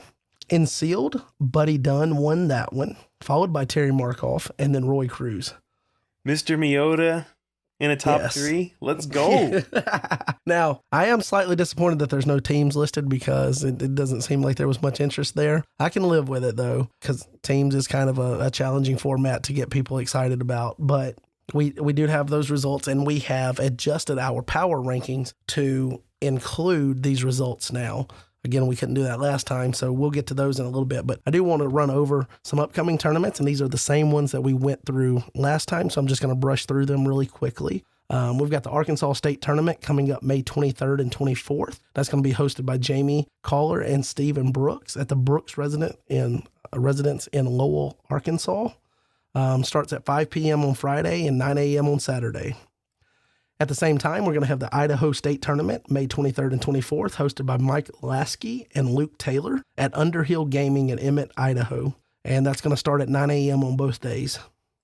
Then, following week, we're going to have the New York State Tournament. That's going to be May 30th and 31st, hosted by the one and only Mr. Mark Valake at First Baptist Church of Moravia in Moravia, New York.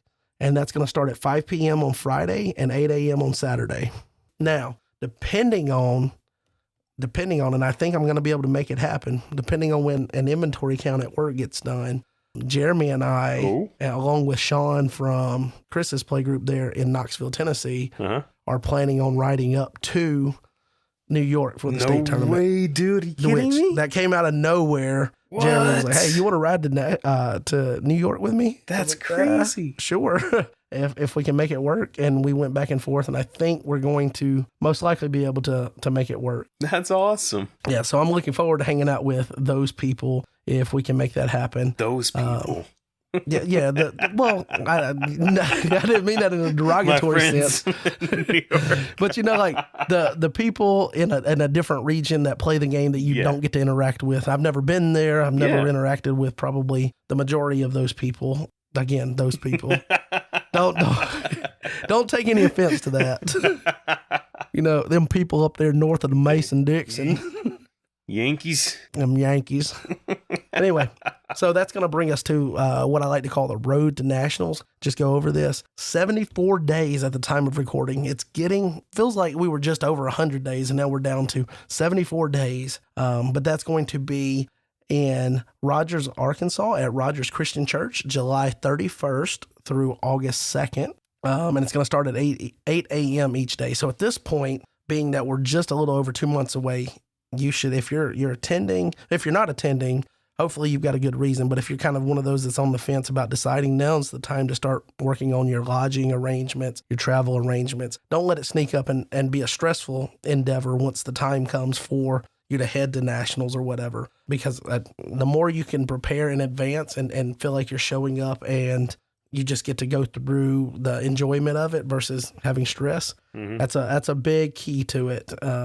Last year, being able to do the Airbnb, I think was huge for us. The people that stayed in the Airbnb, because we just showed up and it was kind of already taken care of. We had paid our share and all of that. We didn't have to show up and check into a hotel, pay then or anything like that.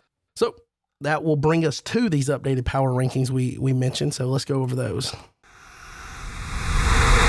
And now, it's time to find out where the hottest players in the game stack up in this week's Power Rankings. This is the top 10 Redemption players right now, according to us. 10. All right, at number 10, we've got Who do we got? We've got Charles Loria, and that is Tasmanian. He is the winner of the Connecticut State Tournament, and he's been hanging tough on this list. We're moving down as we get more recent results, but still, I think a formidable candidate to be on this list. 9. At number 9, we have a case of nepotism or corruption here. Definitely we have John corruption. Hendricks himself on the list. And we were talking about how amazing this guy is last week, but this week I'm just going to talk about how horrible he is and how he should be removed from this list and like get him off of here. Come on, like he's been on here too long. No. John's doing awesome. His deck is going to be on our meta forecast list because it's a really cool deck, and we'll be seeing how he impacts the format with his innovation. 8. At number 8, we're going to go ahead and honor the oldest active redemption player. Found himself in all kinds of, top placings there at the Texas State Tournament. So we're going to give it here, Mr. Terry Markoff. Congratulations on finding yourself onto the power rankings. 7. At number 7, we have Mr. Joe Schaefer, the Elder himself, who was slinging some cardboard down in Texas. This guy is frequently a threat. He's got some great ideas for decks. You got to keep your eye out for this guy. 6. At number 6, sliding down one spot is the he's one half of the Chamber brothers. I won't tell you whether he's a good half or bad half. I'll let you decide for yourself. But we've got Jay Chambers. He is still having a solid tournament season so far, and really excited to finally see him put some in-person results together at some tournaments as we get deeper into the tournament season here. 5. At number 5, we have Jonesy Booster Jones with his recent hot streak of Type 2 wins. This guy is on fire. 4. He may be on fire, but he's not Mr. Classic, because we do have one Mr. Classic kind of holding his spot here. It's going to take some really strong results from someone to jump him. We've got the other Chamber brother. Again, I'll let you decide, good, bad, indifferent, whatever. But this is the Chamber brother with the gold. 3. At number 3, taking the bronze medal, we have the jailer, Jaden Alstead, another brother on this list. Although his other brother is not on this list right now. Jaden's a perennial favorite. He's always strong, always bringing a cool deck, and he's got some cool ideas coming up for this next LGP. 2. At number 2, we've got him swinging vine to vine in the jungle. It's Mr. Babooni Tim, who is our reigning player of the month. So he's formidable, not just in the competitive scene, but also giving back to the game. And we're glad to have him here on the Power Rankings. 1. Speaking of giving back to the game, at number 1, we have See the Tree, not only a champion at Redemption the game, but also a champion at supporting his playgroup. He's been putting out a fundraiser for his playgroup to get to nationals. It's been going really well. Check it out. But I think he's down to a few bucks to finish off the rest of his donations. He's doing great, and he's also on fire. Yep, definitely. You can go and look in the Nationals. I believe it's in the Nationals channel and also in the tournament channel to get details on that fundraiser. But even though the airfare and all of that is paid for in their categories, it's teenagers. They're going to need to eat at Nationals. So if you want to enter into that drawing and you want to help out teenagers, have the best experience they can at Nationals, then by all means continue to donate to that. That is our power rankings. If you don't like them, then you start your own podcast and come up with your own. According to you. Yeah, according to you. That's all. Anyway, so that's what we've got. And now I believe the only other thing that we have left to do. In collaboration with the Z Temple Discord, we now turn our attention to the Meta Forecast to see where the top decks rank based on voting from the players themselves. All right, so we do have some potential changes that are happening with the Meta Forecast. I know that there was some discussion on that. I believe we've decided to implement at least some changes, but we're getting ready to gear up for the most recent vote for this Meta Forecast. So why don't you go ahead and, as the leader of this cult, Jake. When did this turn into a cult? Well, I mean, do you got Oh my I don't goodness. know. Just run with it, okay? I'll run with this. Popcorn, not a you're cult, it. not a cult, guys. Anyways, we have had some requests based on ease of reading the actual survey. So what we're going to be trying out this time is reducing the amount of categories down to 10, the amount of decks down to 10, and also ranking from 10 to 1 in terms of which ones, like giving 1 to each level. So if you say, hey, I think that Banishing Act is number 1, you rank Banishing Act at a 10. And you think that Purple Heart is number 2, you rank Purple Heart at number 9, and then all the way down. So it's not going to be you type in your own rating anymore. You're going to rate everything down from 10 to 1. If you want to, like you can't pick multiple 10s, but you can skip a deck if you're like, I'll leave that, and I don't know about that one. I'm going to leave that. I'm going to leave 3 decks off, and you say I'm going to rate this one 10, 9, 8, and leave 3 out from the middle. That's fine, but it's going to be a little bit different, and we're going to see how it goes, and we'll be reiterating on this based on how people interact with it. But we want to hear your thoughts on this. We want to hear about that in the Z Temple Discord, and also you can talk to us on our Discord. But anyways, there's no new news so far. We're going to be putting out the new survey at the same time with this episode. We'd love to get your feedback on it. Yep. And I think the overall intention and hope for changing it and modifying it is to make it easier for people to share their thoughts. So even if, like Jake said, if you only feel like you have like these are your top 3 decks, still go and fill it out and select this is number 1, 2, and 3, and then just leave the rest blank. And then we can at least use that information to say that this player X, thinks these are the top 3 decks, and it'll help add weight to the decks and where they vote and things like that. So anyway, that will bring us to you guys getting to join the podcast as we jump into the mailbag. Now, it's your chance to join the podcast and have your voice heard as we get ready to answer your questions with this week's Community Mailbag. All right. You want to take away with awesome. the first question? Yeah. Well, before we get started, I just want to point out here, like I just talked about in the meta forecast, we have a Threshing Floor Discord available publicly these days. That is valid. This is a great place to drop these questions. This is a great place to interact with us and tell us, hey, I didn't like this in this episode. I like this in this episode. Tell us how you feel. Tell us about how Agar's the worst co-host you've ever heard. We want to hear your thoughts. We want to hear about these things. We want to hear how we can make the podcast better for you. And we got these questions directly from the Discord. It's a great way to talk to us. Yep, absolutely. And just for more context on that, and if you want to join, there's a link available in the Z Temple Discord, I believe is where it's shared. Or you can just reach out. If you're hearing this, you can reach out and ask. It's not super active right now, but obviously we hope that it can be at least a forum for potential discussion, feedback, and things like that, maybe contest entries. But we've had a Discord for quite a while, probably since the reboot of the podcast or whatever, when Jake joined. This was your suggestion. You was like, hey, let's do this. It'll probably make it easier. And we've been doing that since. So we have a behind the scenes Discord that has our 2 input. Outlines, and then we have a couple of people that also help give us feedback to round out episode ideas and things and bounce things off of. Let's call them the quality assurance team.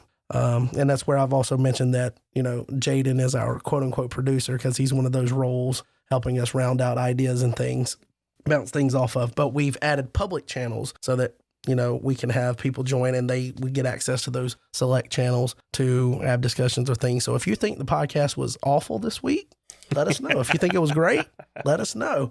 If Jake leaves and I have to do these weird solo episodes and you're like, I hate this, then let me know. I mean, it probably won't change because I might be forced to do that, but just feel free to interact however you want to within those channels. If there's something that needs another channel in the future, a topic branches off or whatever, we can do that. But yeah, so it'll make it easier if you want to just drop your questions there, or if we do a contest giveaway and you want to drop your entry instead of having to go and do the Google form thing every time.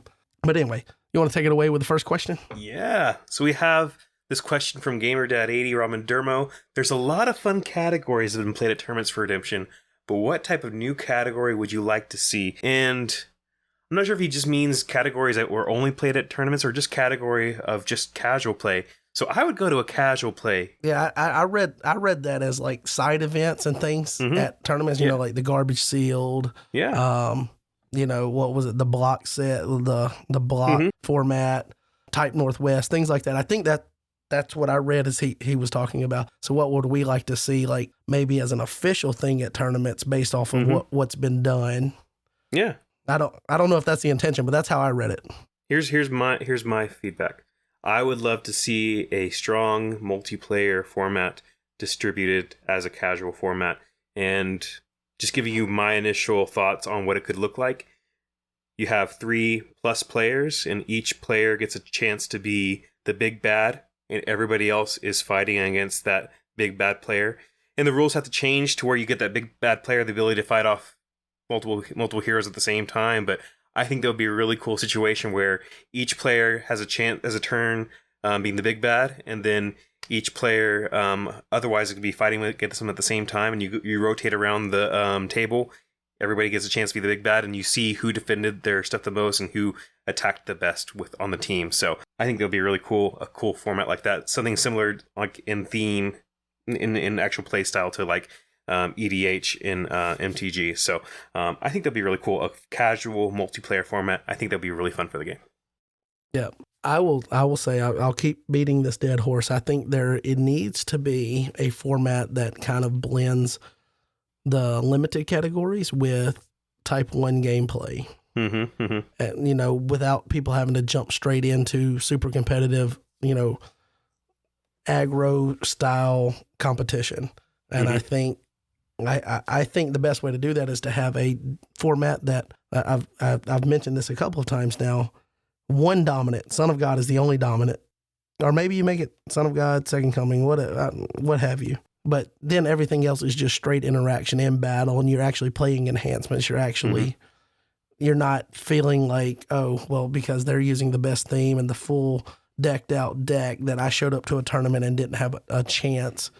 Because sometimes competitive players can build their deck to give them an unfair advantage against newer players. And I think just having something in between limited to straight in competitive play would be interesting. But I also think the game could benefit from having something that's a super quick, even like a 2 out of 3 type format, you know, like 25 card decks, something super quick. And I know that I've tried to come up with one in the past. I know what other people have. We did raid at Texas Nationals in 2021.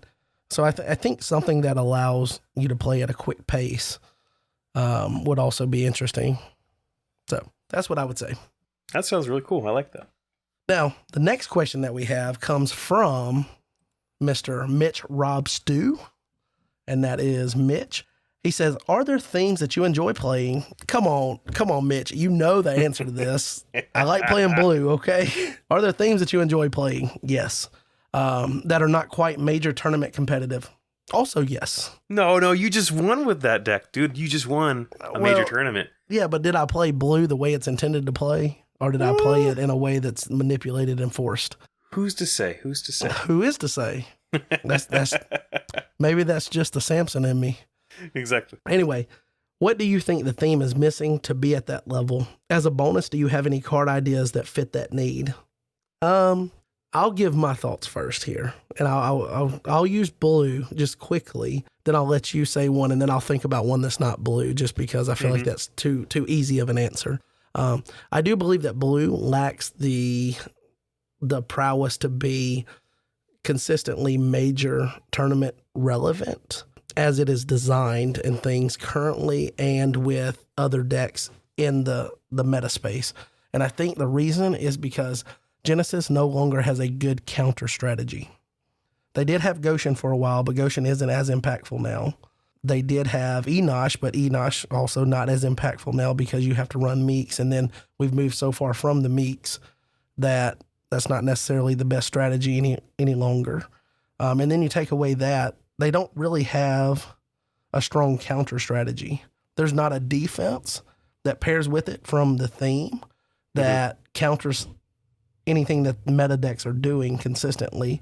I think the best counter strategy that you can put together is something like what I've done in my deck, to where you're building out a huge band and then you're just tossing CBN stuff because you don't want them to get rid of your band with one enhancement. Yeah, scatter. So I think Blue Genesis, I think, needs a strong counter strategy, or even just like the pick out one of the themes. And I think that still applies to all of them. Sons of Jacob was supposed to be hand manipulation, but dare I say that the other themes that do hand manipulation do it better than Sons of Jacob? I think that's fair. I think you dare to say that. I think that's fair. Yes, I agree. From a design thing, always having the free out, and then the characters themselves not being super strong if the opponent has the out, just means that they're just not super impactful in the metagame.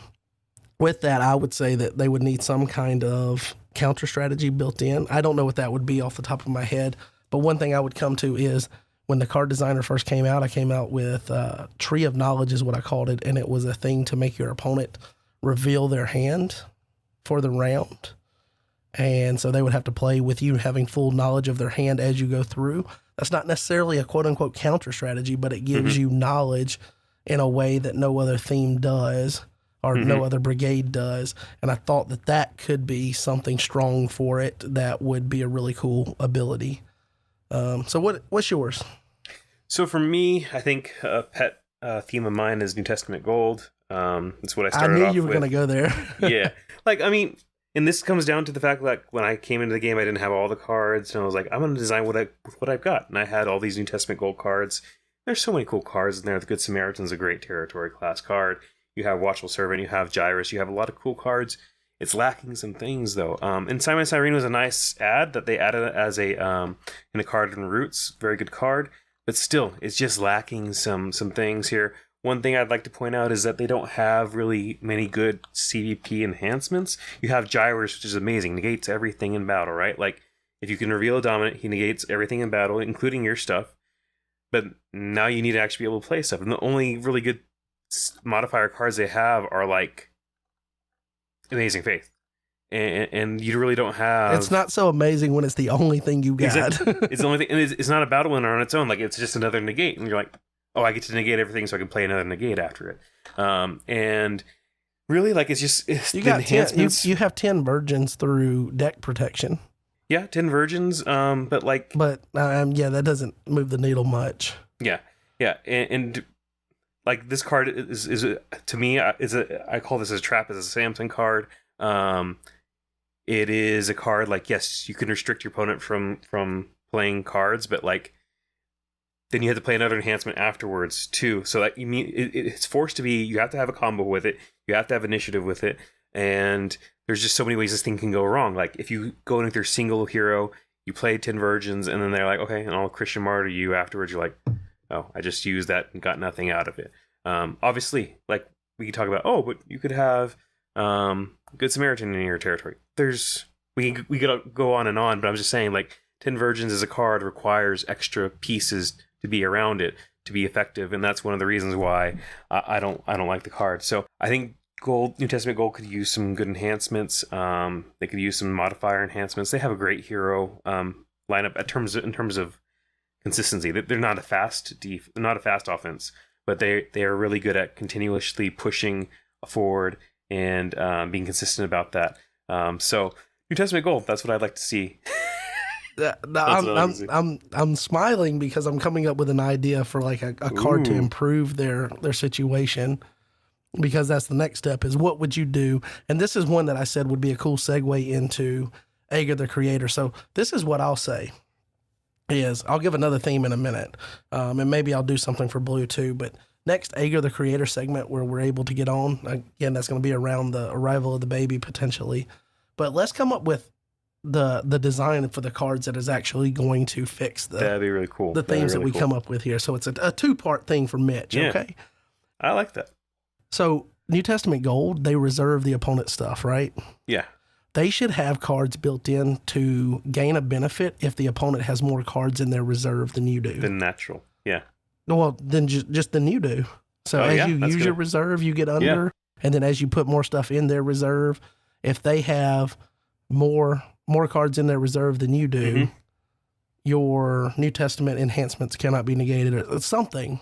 That's really cool. I like to that help idea. with the enhancement situation, but also it forces you to, like, from the very beginning of the game, for the first round, it doesn't do anything because nobody can take anything from reserve.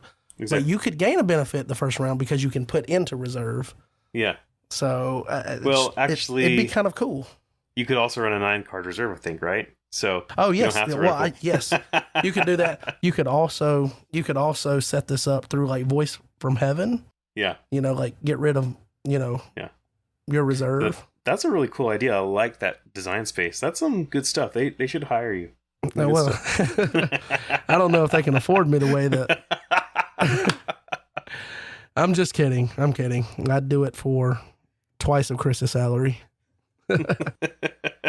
So, do you have any ideas of your own of what would fix it offhand, or is it something you would need to think that was about? really good. Like a couple of enhancements that are CBP, CBN.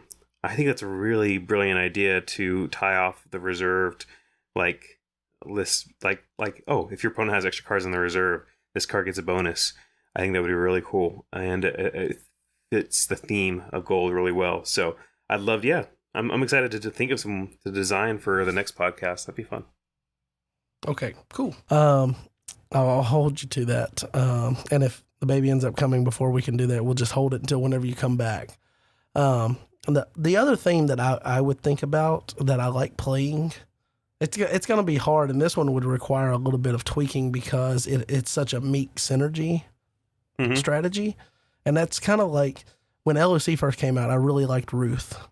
And Ruth has some things that it can do, but really it's just a one-trick pony for the most part. It's like David Hart after God and what he can do and setting that up, and then some of the musician stuff. David Hart after God. But it just, I think it does enough to where it's going to get to 3 souls most games, but it's going to consistently lose at 5-3. Because I feel like at a certain point it loses steam offensively because David Hart after God can only get so many cool things. So I think finding a way to make it have a little bit stronger backbone, but cool. Also I don't think it has a strong play strategy like a lot of the things we've seen in recent design. Like New Testament Gold, it's trying to reserve stuff, and that's where its power comes from. Where does the power come from Ruth? It's just in like cool characters, and we're going to try to protect, and we're going to get stuff from discard is what it's supposed to be. Like Boaz's Reapers and things.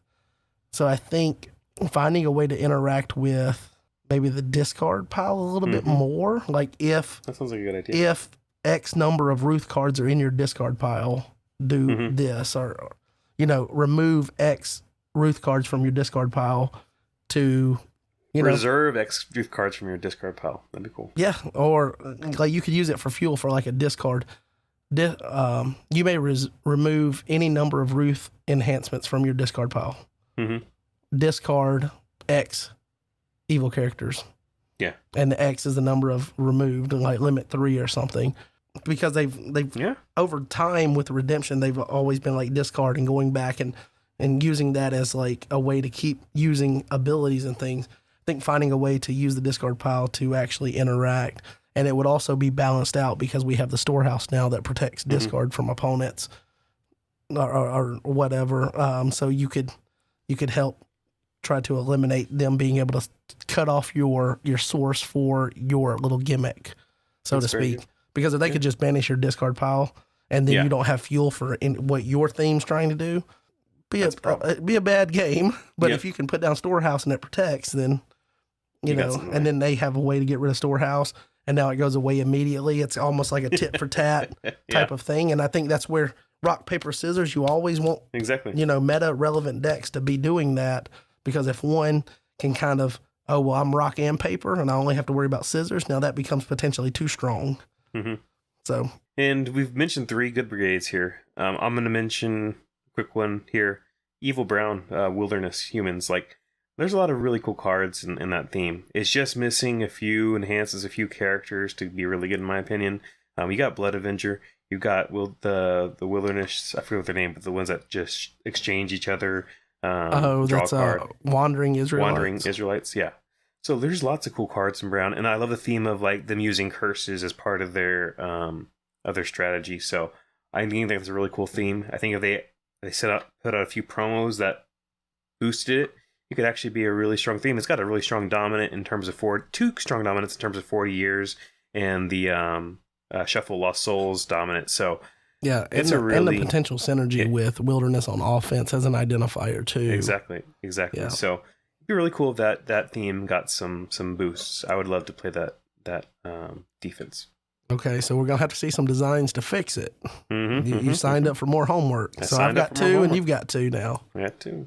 Anyway, hopefully you guys enjoyed that. Mitch, we'll hit you with some designs at some point on a future Ager the Creator segment. But I think we got really deep into the spoiler stuff early on that took up the heart of this episode. But I think that's fun. It's a change of pace because we haven't been dealing with a lot of spoilers. So hopefully you guys got something you enjoyed out of this episode, but that's all I have. You got anything you want to leave with the people, Jake? Just that I'm grateful for this community. I'm thankful for all the joy that I get from people making memes and talking fun, and the elders making the spoiler chat. It's just great to be here, and I love y'all, and I'm excited for a fun year, a fun Nationals. Even if I can't go, I'm excited that this community is going to be enjoying it. And I'm looking forward to more time with Redemption. Yep. Well, I don't know how much you should look forward to that with the baby coming, but in the future, after, not in the immediate future, but afterwards. Exactly. Yes, exactly. I feel you on that. Well, hopefully we are able to get in the next episode before the arrival. But if not, I guess this is your sign off for a few weeks. When he arrives, he's going to prevent all podcast episodes and shuffle one of them too. He's going to potentially interrupt. Interrupt a podcast episode. Yeah, like, hey, I got to go right now. I know we're recording. And then we're going to be like, darn, we just broke the fourth wall again. You had to go to the hospital in the middle of the recording.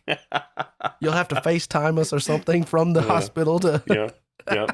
It's going to be awesome. Definitely looking forward to that for you. But we'll get out of here on this episode, and thanks for listening, guys. Peace. Yeah. Peace. Thanks for listening to this episode of the Threshing Floor Podcast. Help us grow our community by leaving a rating and review wherever you listen to podcasts. While you're at it, be sure to subscribe or follow so you don't miss the next episode. And we'll talk to you next time on the Threshing Floor Podcast.